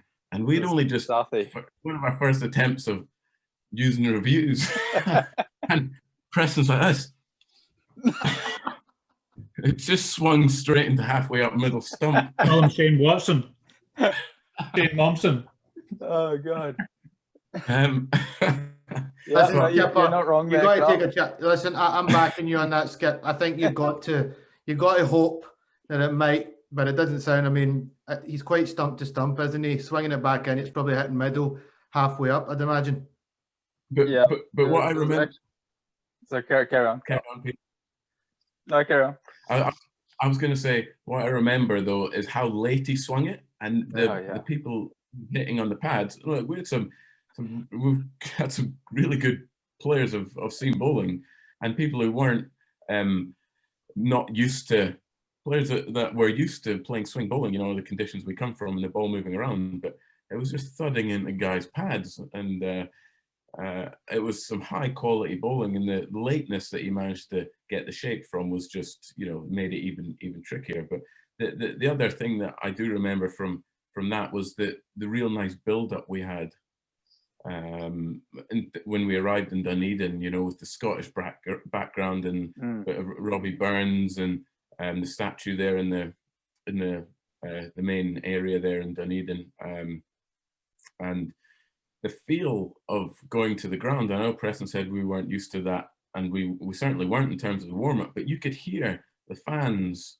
coming along because there was a piper that piped them all the way from the centre of Dunedin all the way to the ground, and they walked all the way, and that was, you know, that was pretty special, pretty cool memory.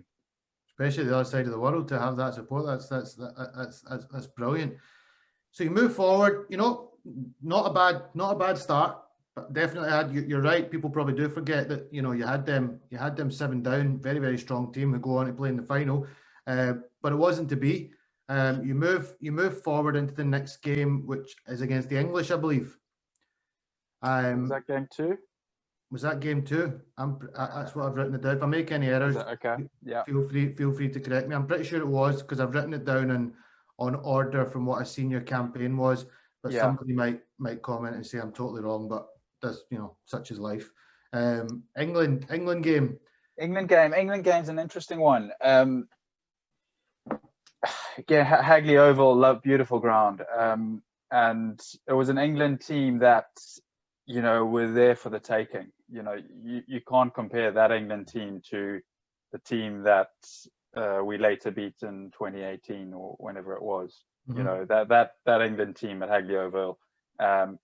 You know, they hadn't found their one-day formula yet. You know, the personnel was radically different from what it is now.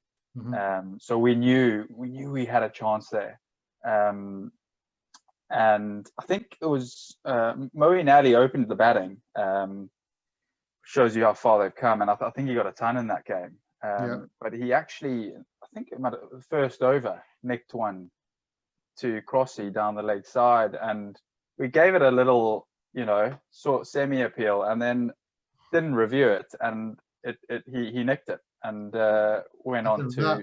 I can't remember that. Yeah, went on to get. Man, you had two from two in reviews at that stage, didn't you? And so they ended up getting way more than they should have, to be honest. But still a score that we still could chase down. You know, I think it was a touch over 300, pretty good deck, quick outfield, good value, and within their attack, you know, there was no one really threatening. You had Joe Root, you know, but he bowled 5 or 6 overs in that game, and Carl obviously got set up the innings for us, and we got, again, I remember not long ago watching the highlights of this game. It was randomly on Sky Sports, and I look. It's one of those where you look at the position we're in and you think, Jesus, we were actually pretty much on par here. And then with both of you at the crease. Yeah, and I actually fell victim to Joe Root, and, you know, still have sleepless nights about that. So yeah, again, it was that was one that definitely got away. Unfortunately made amends for it a couple of years later. Well, yeah, Kyle, during the Grant podcast, which I know you've had a watch of, he was fairly critical of you in that game because he reckons you could have won the game alongside Preston as well, but you were obviously in. And he said when you came off, he was just so frustrated because he knew that you could have batted on there. But I mean, what's your memory of that moment? Do you think you were just the adrenaline was going, you were hitting the ball beautifully? Yeah, obviously no one ever intentionally gets out, and if things had gone to plan, I would have been 140 not out at the end of the day, and I hadn't chipped one down to long on off Mo and Ali. But you know, as you say, such is life. Things don't always go to plan. But what I would say is it was a pretty weak and poor dismissal. But in my mind, I don't think I had recognised. I was feeling under pressure because, you know, we had lost the wickets, and I felt as if I needed to keep doing scoring, and I maybe didn't recognise the moment that I actually had a bit more time than I thought, and that was a big learning moment for me, I think, in my career. But yeah, Grant was, you know, I possibly didn't expect that, you know, because I'd gone out and got 70 odd and thought, you know, I'd done okay. But when Grant put it into black and white terms, I was like, yeah, fair enough, really. He went through me a bit, but I think it was definitely improved me as a player. But yeah, I do remember feeling as if I needed to shift on a little bit, and 50 over cricket, sometimes you've just got more time than you think, and yeah, I maybe fell foul of that, perhaps. Yeah, I think watching it from the outside, there was that critical moment where you both were at the crease, where we were in the game, and if you guys can maybe put on another 70, 80, maybe takes us into the last 10 overs with wickets in hand and a chance to chase it down. Just learn for future reference, please, lads. Kyle, next time you're in that situation, keep batting, please. Easy to say while I'm sat in my chair here. Next game. Again, if I get the order wrong here, you guys will remember. But as far as I know, it was the Afghanistan game. Okay, back in Dunedin. Dunedin, another tough day. Yeah. I mean, yeah, this one. Never ever sort of let this one down. We'd worked really hard to get to 210. It was fantastic work, I think, at the end of the innings by Evo and Maggi to push us up to what was a very competitive score. And came out and we were on fire with the ball, and you know, put them right on the ropes. We were aggressive. We know that when we play Afghanistan, you know, you need to be aggressive. You need to go at them. You need to go at their head, get their feet in all sorts of trouble, which is what we do. Our plans are good, and you know, to get them into the position we did, I think it was 120 for 8 or something like that, and then 190 for 9, still needing to get 210. I mean, you can only imagine what we felt like walking off that field with a loss. You know, so much riding on that game, the opportunity to be the first ever team to win a game at a 50 over World Cup, to do it against big rivals, against a very good team, you know, Afghanistan, well recognized. So yeah, that was extremely difficult to take, that one, I have to say. Dodd, I'll bring you in at this point. 3 games into the tournament, what were you thinking from the outside? Were you frustrated? Were you happy with how things had been going, or did you just feel we'd missed an opportunity there? You know, I watched that Afghanistan innings and just felt so much for you. You almost want to press reset at some stage. You know, you go back to 120 for 8, just as I would go back to Bangladesh 29 for 5. And, you know, I'm sure Preston's the same. You know, it's not just about the bowlers, you know, performing or the catches being taken, but as captain, you know, you live every ball, you live every decision, think, what did I not do that would have made a difference there? You know, how was it that they were able to, you know, to get those 90 runs in Preston's case? How was it that the second half of that Bangladesh innings added 160 when the first 5, you know, only scored 20? And it was just, you know, at one level, it was great that we were gutted that we were performing in games. England game as well, we had a sniff. It's great to be at the table and to have a chance. But, you know, you know that these guys are capable of, and certainly the Afghanistan game, you know, perfectly capable of winning, and for such a long period of the game would have been, you know, favourites. But, you know, sometimes you just got to say well done to the opposition as well. You know, real character shown by guys, teams under the pump, and they've pulled them out. And you know, Scotland have had plenty of players that have done the same. You know, Rob Taylor's knock was mentioned previously, and there've been other examples of that. So, you know, you sometimes just have to say well done, but behind closed doors, you're Righty. You must have been pulling your hair out. You're not a good watcher, Righty. So I can just imagine that you were having kittens in the changing room. I think I'm a wee bit better than I used to be, Shaky, but yeah, no, it's one of those ones that just the sort of tight games are the ones that are almost the tight games you win are almost the more enjoyable ones, because it just shows something about the team. And I think that at that stage it was maybe just where we weren't quite ready to seize those moments. And there's maybe a couple of other examples. The New Zealand game that Preston mentioned earlier on, we probably had an opportunity in the not the World Cup, but the practice that we had. We could have won that game. We could have beaten virtually a full strength New Zealand team, but we didn't, just in that critical moment. And the Afghanistan game was the same. Maybe we're going to talk about the Bangladesh game, might have been similar-ish. And it's the sort of progression from a team which loses those moments to wins those moments. And I think that was just maybe where we were at. We just weren't quite ready to seize those moments. And that's a big step in the sort of evolution of a team, I think. And certainly there was opportunities in that Afghanistan game in the field that we would have nailed down.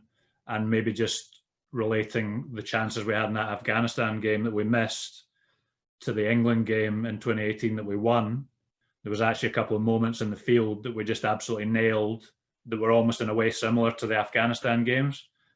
The Afghanistan game in the World Cup, that was a difference between winning a game and losing a game. Mm-hmm. And it's just those fine margins and the pressure moments. If you do them, you win. If you don't, you lose. And that was the difference in that game against Afghanistan in the World Cup. And it was pretty devastating, actually, because, you know, obviously I wasn't playing in the game, but I wanted to be part of a Scotland team that had won a game in a 50 over World Cup, and the guys had put in so much time and effort and commitment to getting to the stage where they were ready to do it, and we just didn't quite get there. But I'm a big believer as well that in those sort of moments and those sort of experiences, you learn a hell of a lot. And I think a lot of the guys learned a hell of a lot from those experiences as well, which then went on to make them better able to seize those moments in future games. Bangladesh, thought you know, I can only imagine what the feeling was like in the changing room after the Afghanistan game. I'd imagine it was pretty drained and just emotionally exhausted. But you come out against Bangladesh, and you know, we'll talk about a certain innings, but you as skipper, first of all, Preston, how are you feeling going into that game? Again, it's a game that you probably highlighted as one that you want to try and win.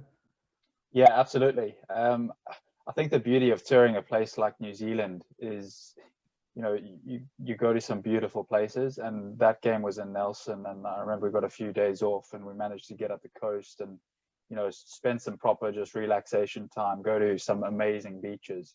And, you know, we were encouraged to just take the mind off cricket for a couple of days, which was absolutely perfect, and come back refreshed, have a good session at Nelson, which again is a lovely little ground. And that was really important. The guys took the time, reflected on you know, disappointing few games. But yeah, as you said, it was definitely a game we had identified at the outset for the tournament that was potentially our opportunity to get that full member sculpt that we were craving. You know, bang, we were right up for it that first innings. Great foundation up top, and then obviously Carl playing what is one of the best knocks you'll ever see in a Scotland shirt, definitely at a World Cup. That was you know, that was momentous. What an occasion that was. I was honoured to be at the other end when he raised his bat to get to 150. And yeah, the perfect sort of first innings we could have asked for. And again, it goes back to what Wrighty put so well there. You know, you look back and then there were just those moments there where we just you can't really put your finger on it other than we weren't quite ready to take it. And again, there were a couple of very, very marginal moments in the field early on in the Bangladesh innings. Tamim Iqbal, I know, top edge one over fine leg, landed inside the rope.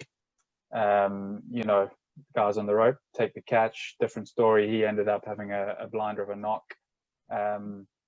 And we ended up going down again. But it was, you know, it was a pretty impressive performance from us, I thought. And unfortunately, we couldn't quite take the wickets when we needed to when defending that sort of score. Kyle, I'll come to you. In my opinion, don't know what the rest feel, I think it's the best knock by a Scottish batsman in history. I know Callum McLeod's just done some crazy things on a cricket pitch. You know, amazing knock against England, amazing knock against Afghanistan. But this is the big stage. This is a World Cup. The world is watching. You know, the best of the best are all there. I've said this to you during our podcast. I was in Pakistan at the time, and just watching you that day, I was in awe of your knock. It was phenomenal. But why didn't you kick on to get a double 100? And you probably closed the game out.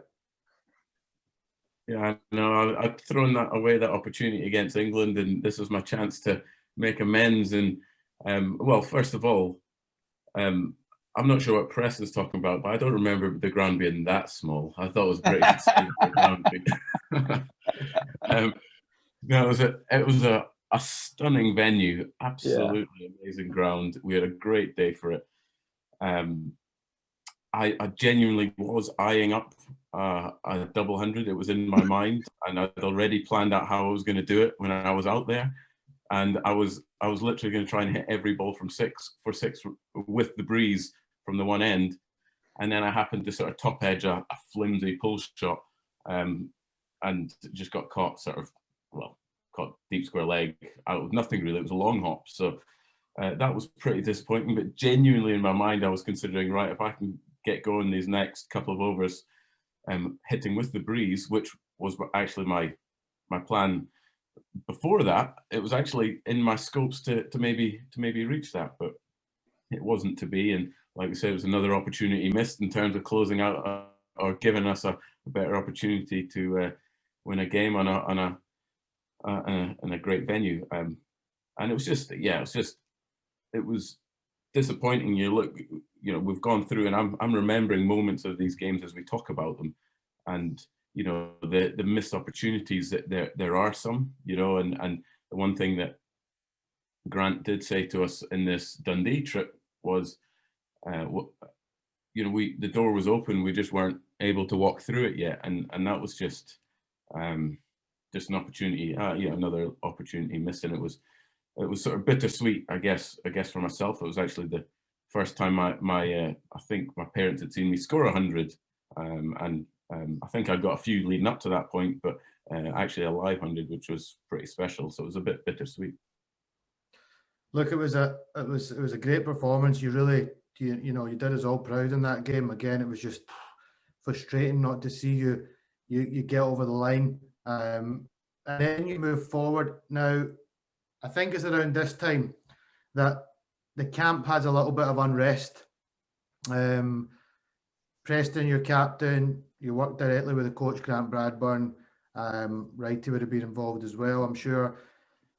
But one of our, leading performers, leading wicket taker in Scottish cricket history, maybe made a call that, perhaps shouldn't have done, and sent out a tweet, which was obviously, I don't think probably Maggie realised at the time how big a deal that tweet might be. And obviously all of a sudden things have changed, and you know, we're hearing the news back here that Majid Hak's coming back. I spoke to Grant about this. You as captain, how do you feel looking back on it? Do you feel things could have been handled differently? Just let me know your thoughts. Yeah, you're not wrong. It was a difficult time for the group. It had been, you know, up till that point, I think we had held ourselves well. Had been quite a successful 4 games, not results wise, but certainly the way we had conducted ourselves on and off the pitch. And that was certainly disappointing to have. You know, that will always be there. I should say, you know, myself and Madge have perfectly good relationship. I've you know, played with Madge ever since I broke into the Scotland team. Got on well with him. You know, absolutely have the most amount of respect for what he's achieved as a Scotland player. And he's still a quality player playing in the leagues and what have you. However, I'm sure he looks back now and regrets what he had to say. You know, I think as a player, as a captain, I was pretty much far removed from the whole situation. At the time, obviously, Grant was dealing with it, but we also had Keith Oliver, who I think at the time was chair, and I believe they were coming under a fair amount of pressure from the ICC to act, because it was pretty serious allegations, and you know, from my point of view, disappointing that he felt that way, because certainly that was never a part of our environment or our setup, that I can assure you. You know, we would only ever pick players on their ability and their skill, and I think there was enough justification there to go with the selection that we decided to go with.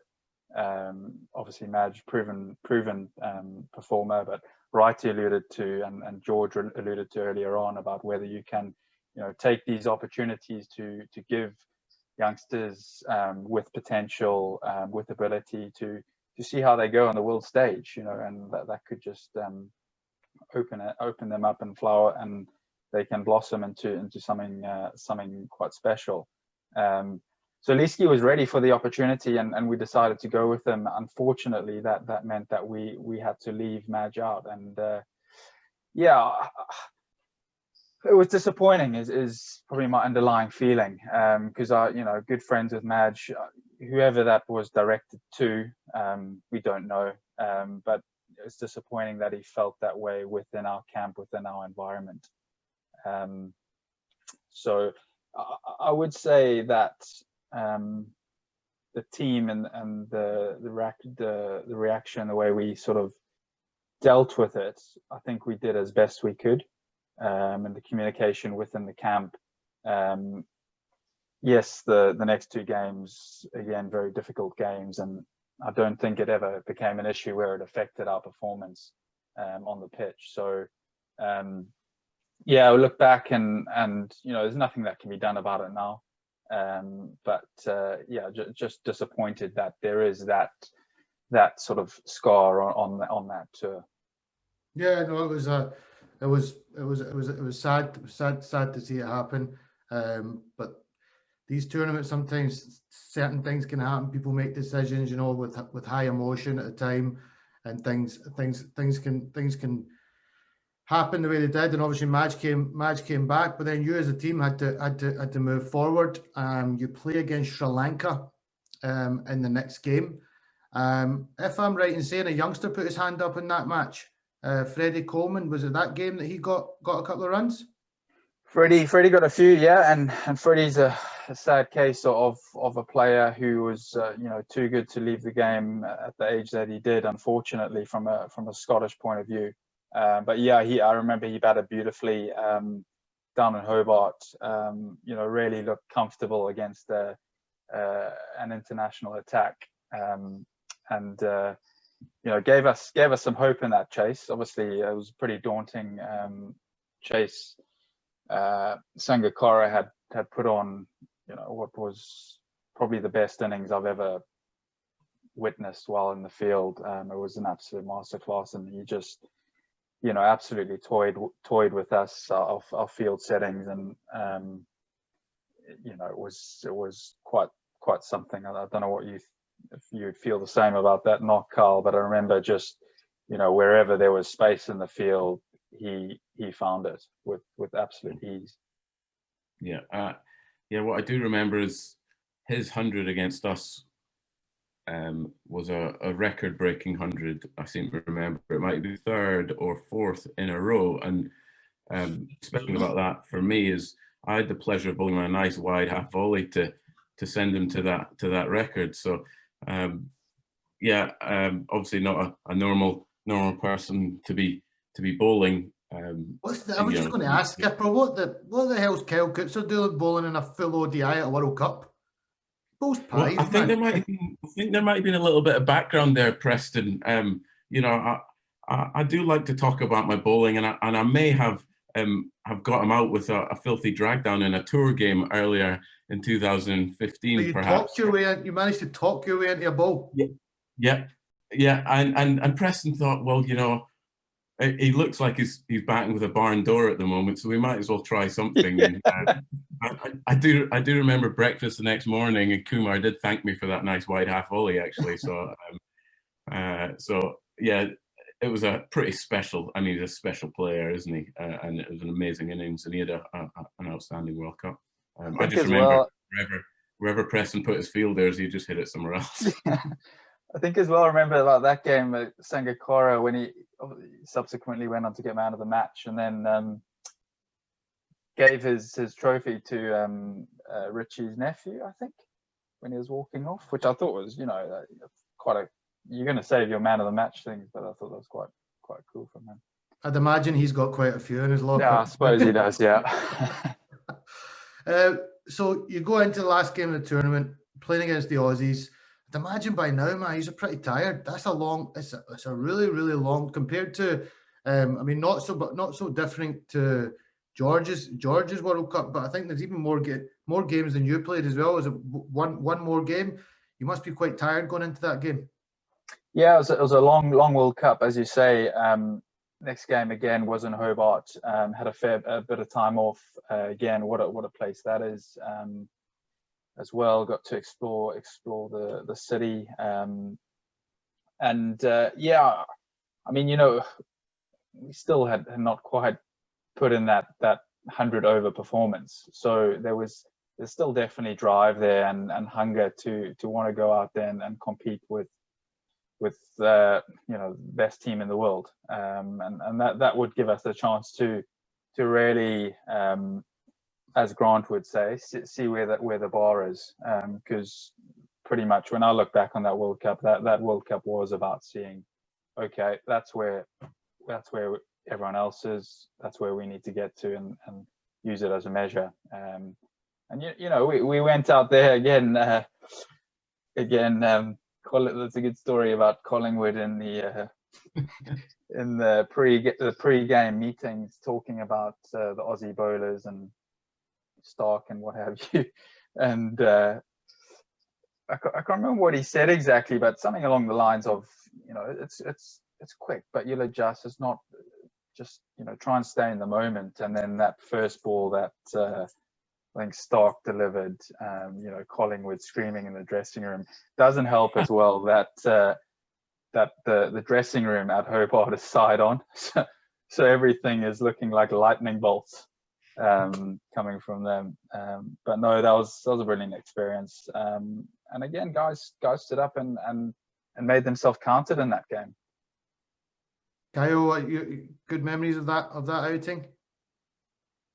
Yeah, some pretty special memories, not necessarily in the runs column perhaps, but yeah, you know, just to add on Preston's story about the analyst meeting leading up to the Australia game, as Collie was talking about, because it was side on, it looked so quick, and I unfortunately, and it would have been a moment I would have enjoyed if I was in there to hear Collie shouting. I can only just picture it, and he, you know, think about the noise that he made when actually I just was sort of stuck my head back into my shell a little bit, and the ball disappeared over my head, and I hear the ball thudding into I think it was Brad Haddon's gloves at the time. And what I also do remember is turning around and having a look and thinking, oh my God, they've got 5 slips in. And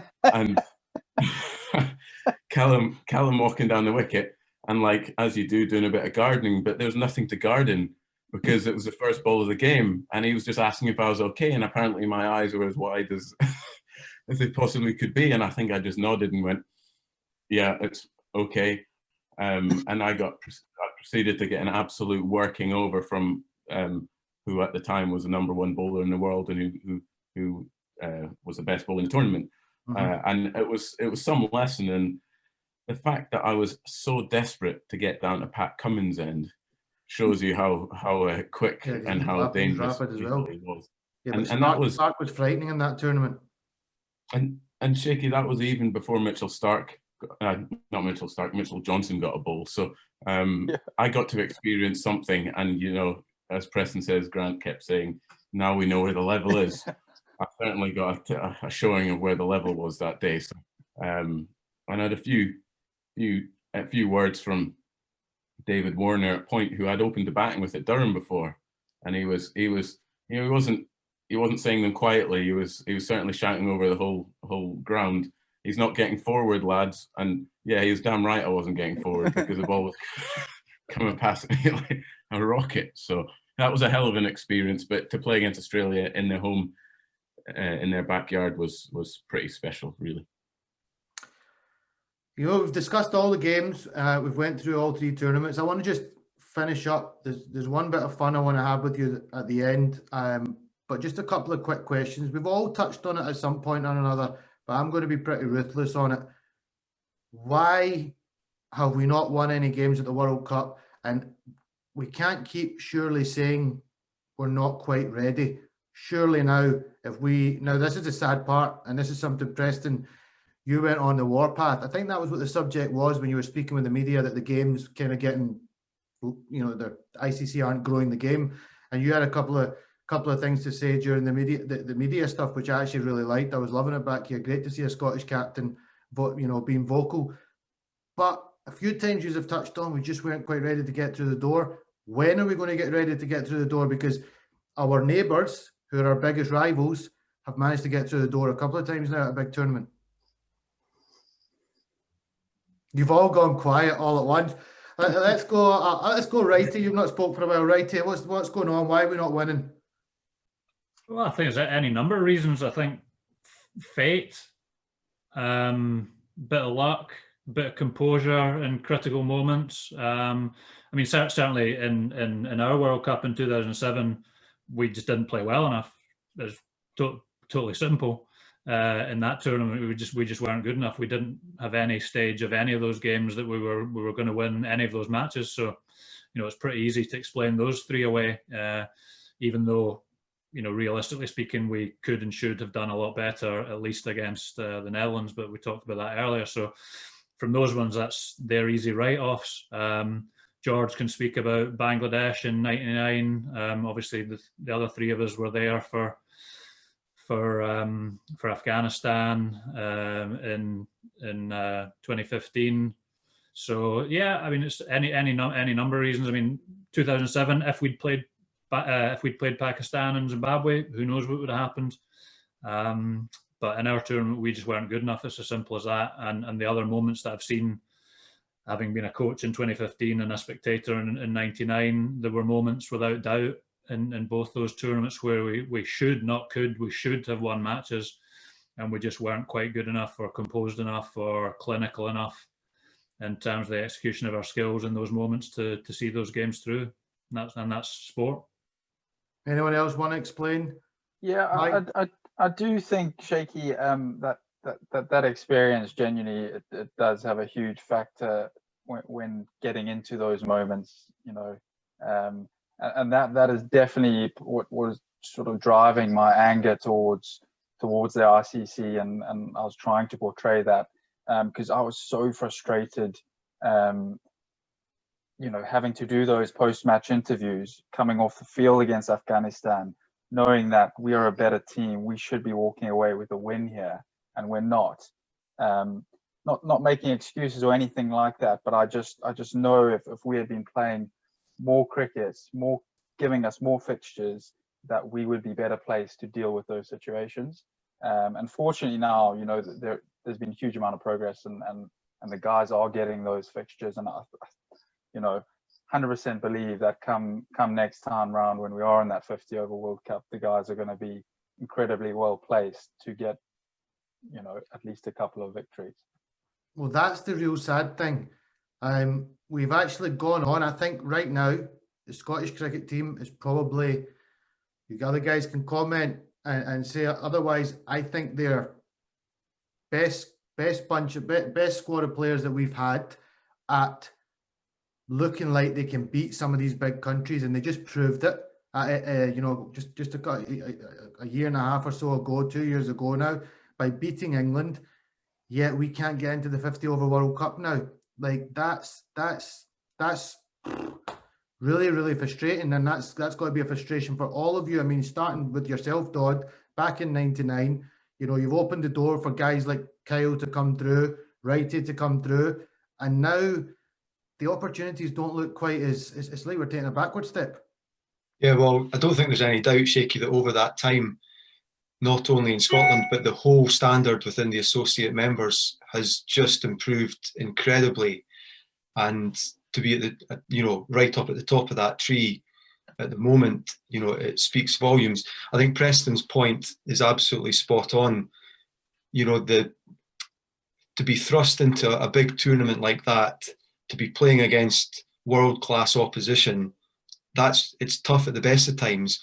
And then when you get the occasional game that is competitive and you get to that moment, you know, you learn from that, but then you go away and you end up speaking about what you would do and waiting for an opportunity where, you know, other countries, you know, with the regular exposure have an opportunity to put into practice and do things to actually to know how to win a game, because, you know, it's very easy to lose a game. You know, you just need, you're only as strong as your weakest player or the weakest link, and it's knowing how to collectively close a game out, which there've been any number of really good exponents of that in the domestic game in the leagues in Scotland, but of course then doing it on a different stage is something else. We'll have all played club cricket and won games fairly regularly from positions that you would have thought were impossible, but it's then doing that,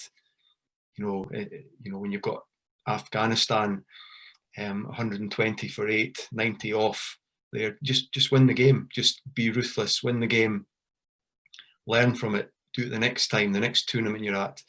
You know, ridiculous decisions that, you know, Scottish cricket has suffered, not least the, you know, you mentioned, and it's always easy when it's not you that's maybe hiding behind excuses of umpiring decisions, etc. But the game against the West Indies, as a cricket fan, you know, the decision that potentially cost, you know, a place at the World Cup, just infuriating.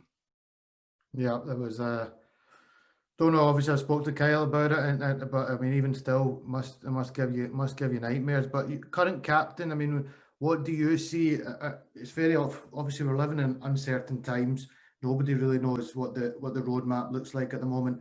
But it must be really frustrating that we're not in the mix to play in the 50 over World Cup anytime soon. Yeah, look, there's a process there in place, and a qualifying. You know, we're back into the qualifying phase. You know, you're playing at Cricket World League 2, and we've got a lot of backlogged fixtures to play. And as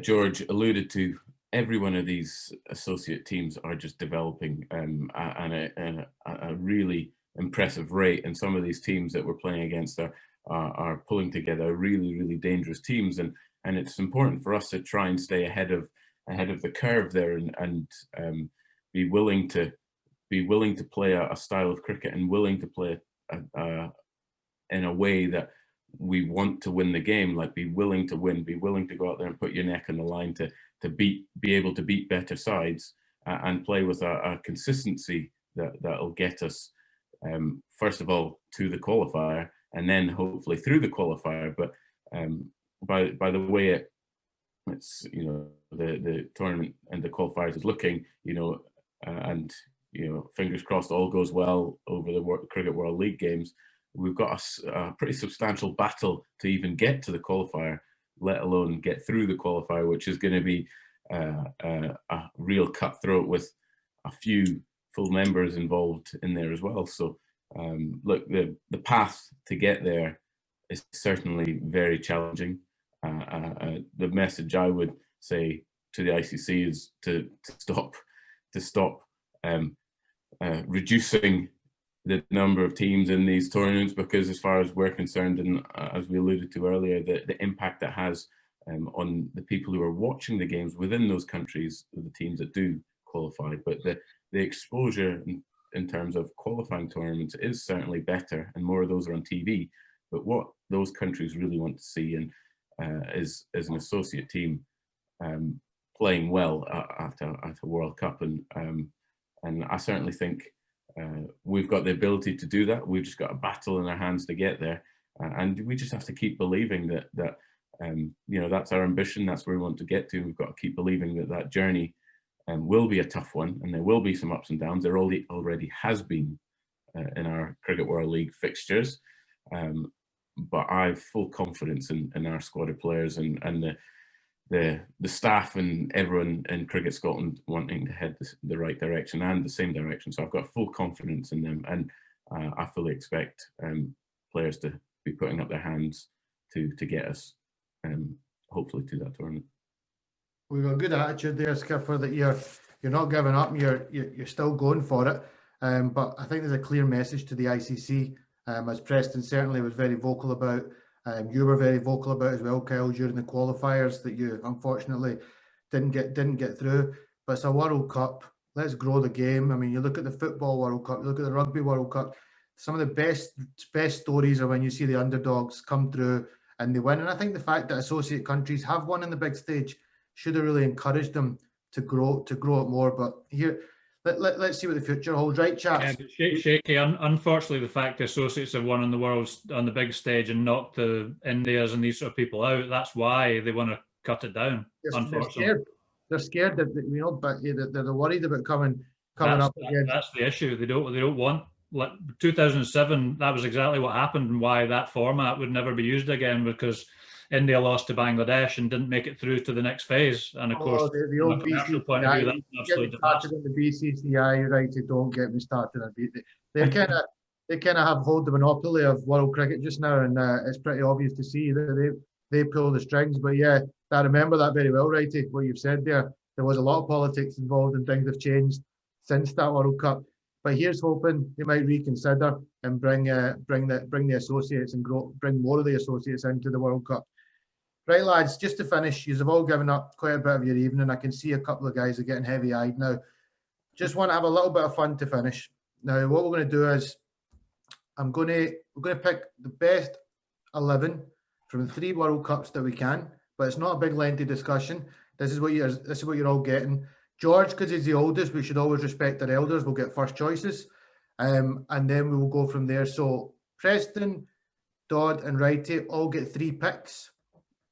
Now, bear in mind, this needs to be a cricket team, so you can't pick 11 bowlers or, 11 all-rounders. It needs to be a team. So, and Kyle, you will get 2 picks. Shaky, is this from performances in the World Cups or for performances over the players' careers? I'll let you go with over their careers. So, I won't just judge it on the World Cup, but try to keep it, try to think about, the World Cup when you're making your selections as well, because I'm sure you'll know who's done well. So the way it's going to start is you'll be here for another 2 hours doing that. You're not allowed to overthink. It's a quick one. So Dodd, because you're the oldest and you started all this journey, you get first 3 picks straight off the bat. Then we go to Wrighty, then we go to Preston, then we go to Kyle. So it's a wee bit, I'm doing it a little bit unfair, but just speeds up the process rather than being here all night. So who's your 3 picks? Where are they going to bat? Brilliant. Thank you, Shaky. So I'll start at the top. Number 1, Ian Phillip. Ian Phillip. There we go. You've advanced knowledge of this. You look like you've got this prepared. Yeah, that's He was ready. got a heads up there. Know your team, back your team, righty. So Philip at number 1. You might have to change in the order, but at the moment I'll put Hammy at number 5 or 4. You want him 4 or 5, Dodd? 5, Okay. because I'm going to get a few overs out of him as well. And who's your last man? And he's got to bat number 11, I think, Blaney. Yeah. Okay. Dodd has picked. Righty, you're the next in line. Who's your 3 picks? Bearing in mind what's already been selected, we have an opener and we have a middle order batsman all rounder and a quick bowler already. So Dodd, you picked Philpy to open the batting, did you? Yeah, I don't really want him going in the middle order. Okay. Well, obviously we have to have suck up to Costa since he's on the call. You've got a lot of making up to do. To be fair, Righty, so fair play. So you pick him in a virtual team, Craig. You don't pick him in a real team, I notice. I've picked him often enough, to be fair. Your next 2 picks. I'm gonna go for. I'll go for my big mate, Colin Smith with the gloves. Batting at Frosty is not going to be happy with you. No. Well, let me finish with due respect to the wee man, who I think is a cracking wee player. Average bloke, but a cracking wee player. Got a lot of time for Crossy. As a cricketer, not so much as a man. I'm joking, of course. But Floppy, absolutely outstanding. Made those runs against Australia, against just an absolutely unbelievable Australia attack in 2007. And can I just, sorry, Righty, we didn't qualify for the 2003 World Cup. Floppy had a phenomenal 2001 qualifying tournament in Canada. And I can remember saying to him at the end, the fact that we weren't there, was a complete injustice to the tournament that he'd had. Where's he batting, Righty? You putting him in at 4 or 5? Well, he batted 3 in that tournament, I think. But yeah, I think probably we want to leave some space for some top order batters. You're going 6? Yeah, let's go 6. Yeah, let's go 6. Right. So that's you've got one more pick. Got one more pick. Wouldn't surprise me if you picked yourself. Get lost, mate. Come on. Come on. Seriously. Seriously. Who's your 3rd pick? This is really difficult. I don't want to upset people.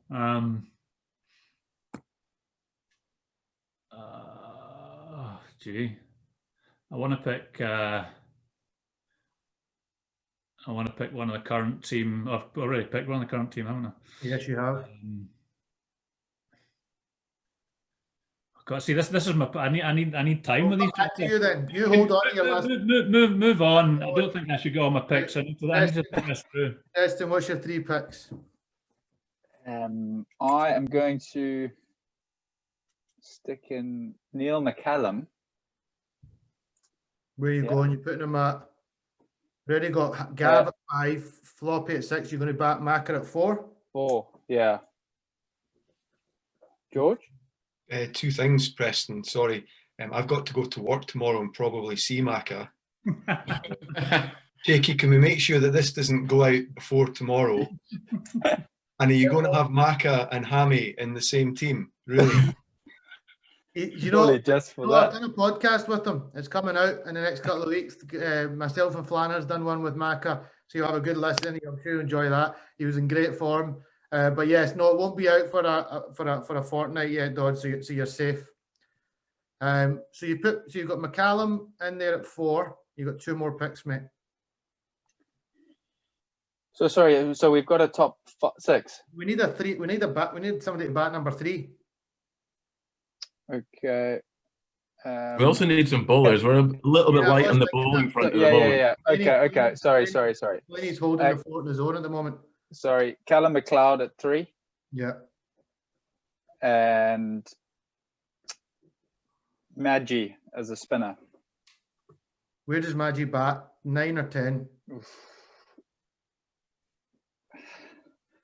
had many a debate with Maggi. Well, considering he opened the batting in righties World Cup. Yeah, did well actually. Yeah. Particularly in the World Cricket League in Nairobi. Why don't we leave him sitting just now? Just it depends who else you pick who there. else you go. So you've had your picks, mate. Kyle. So you gone? What number did you go with, Right, so, Madge? so far we've got Ian Phillip will open the batting with your good self. Callum will bat 3. Neil McCallum at 4. I tell you what, there's a few players, man, that might have a few, not that I'm that disappointed that you left him out because he always left me out. But Ryan Watson, I mean, he must be knocking the door there to get into that lineup. I'm trying to think who else. A few players. Preston, I'm saying, did you put Madge at 10 then, just to make it a bit easier to fit some people in the middle there somewhere? Right, so we can have I said Madge is floating. Depends who else is selected. We've got Ian Phillip and yourself, Callum at 3, Neil McCallum at 4, Hammy at 5, Colin Smith at 6. So there's space for an all-rounder. There's a few options there. Yeah. Are you going to return? So whose goes it? Where are you going? Might depend as well if we think we can get a few overs out of Kyle. Well, I mean, I wasn't going to say it, but I was thinking it.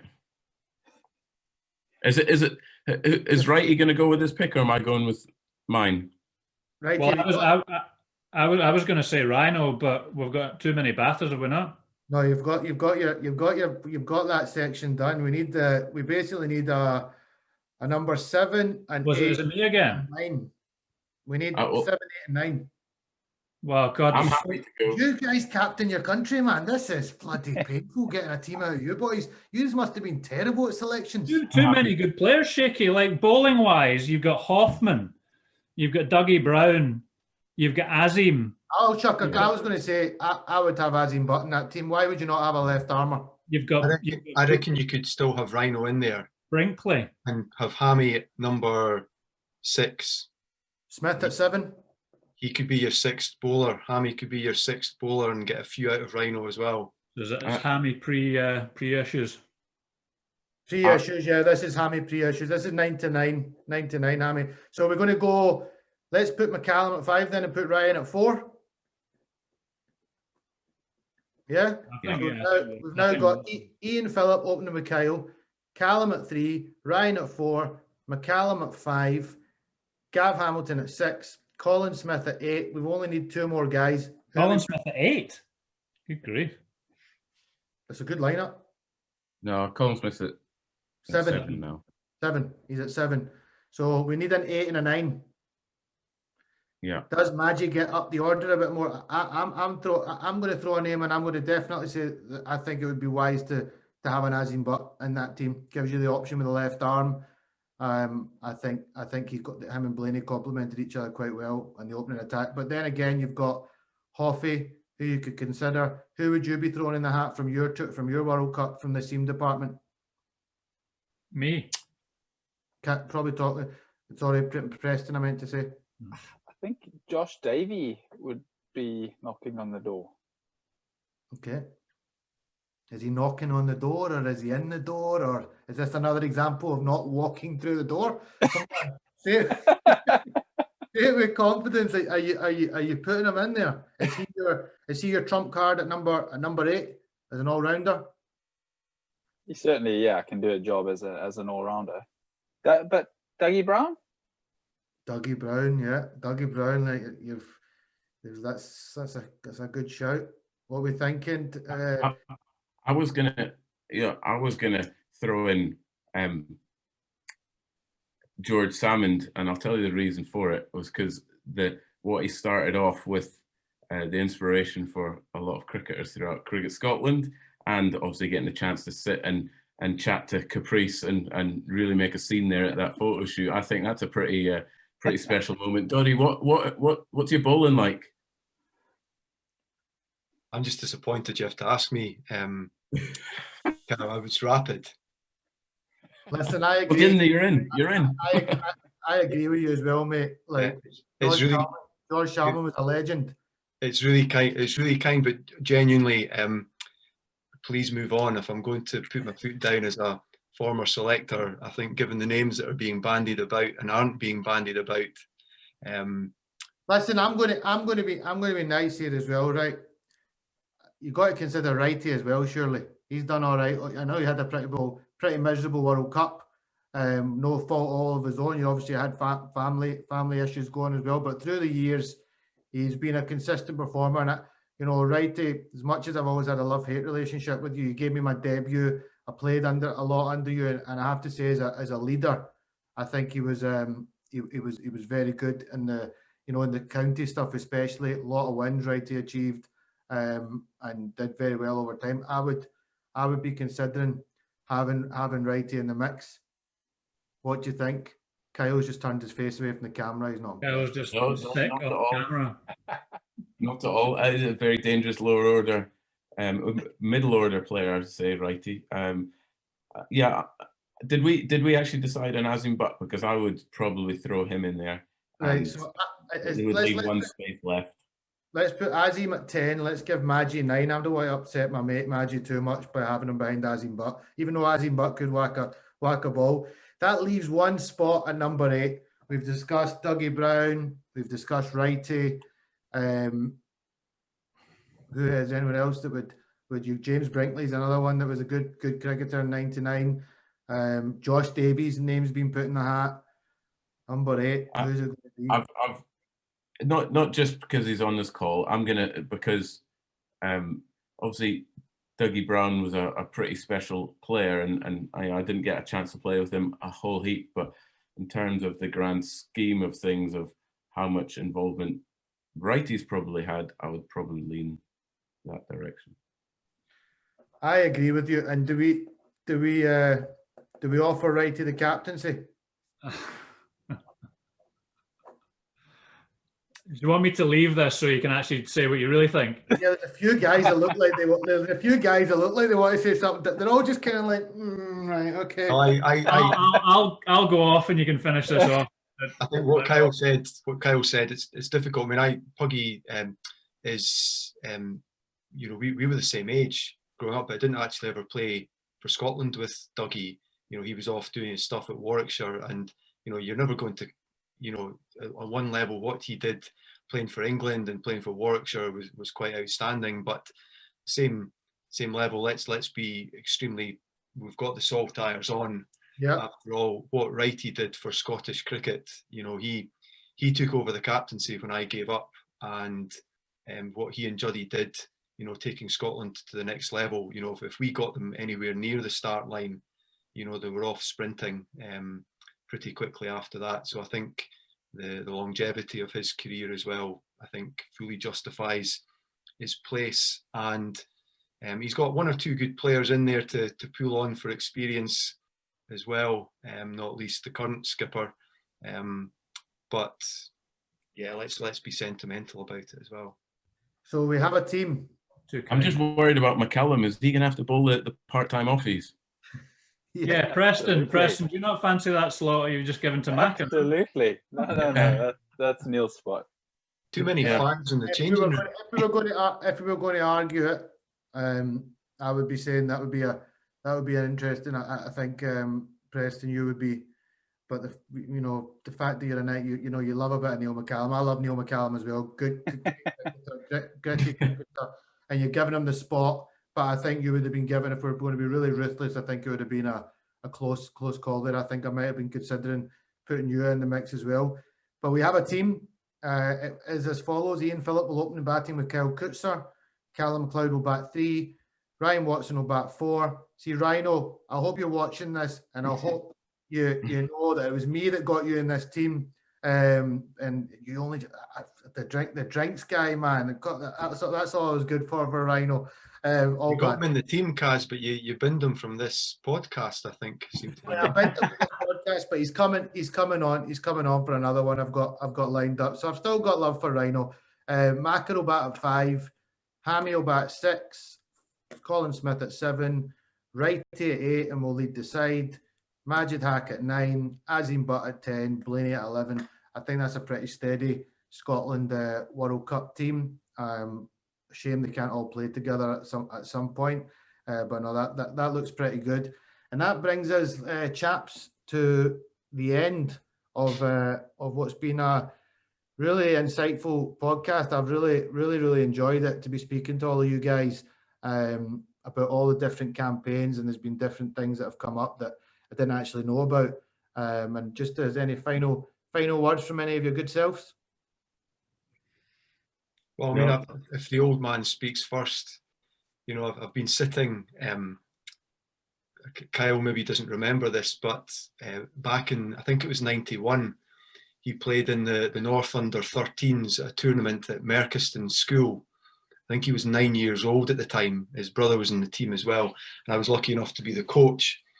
He had a size 3 bat. I mean, Kyle, you can imagine how tall he wasn't, aged 9, but he just had the most phenomenal technique. He couldn't hit the ball off the square at that stage. And to see just how he has developed, how Scottish cricket has developed over the time, as I say, is just absolutely phenomenal. And one of the things I was always conscious of growing up that I didn't want to be that person who sat in the bar and was just a bore about how it was back in my day. Well, there's absolutely no way that I could do that, because, you know, the way that cricket has just continued to develop over the years, you know, not least because of the contribution of the others on this podcast, is just amazing. And I say well done to them all, genuinely, and good luck to Kyle and the guys in the future as well. Thanks, Doddy. Appreciate that. Thank you. I remember that under-13 tournament, but I'm not sure how much of it. I remember sitting in the shed at the end when they picked the teams, but I think it might have even been the year before then, when the year after that I got selected. But no, I appreciate your well wishings for this current crop, and we'll do everything we can to make you all proud. Well, cheers, chaps. Thank you for coming on. Been a pleasure. Thanks very much, Shaky. Thanks, Shaky. Good to see you all. Cheers, guys.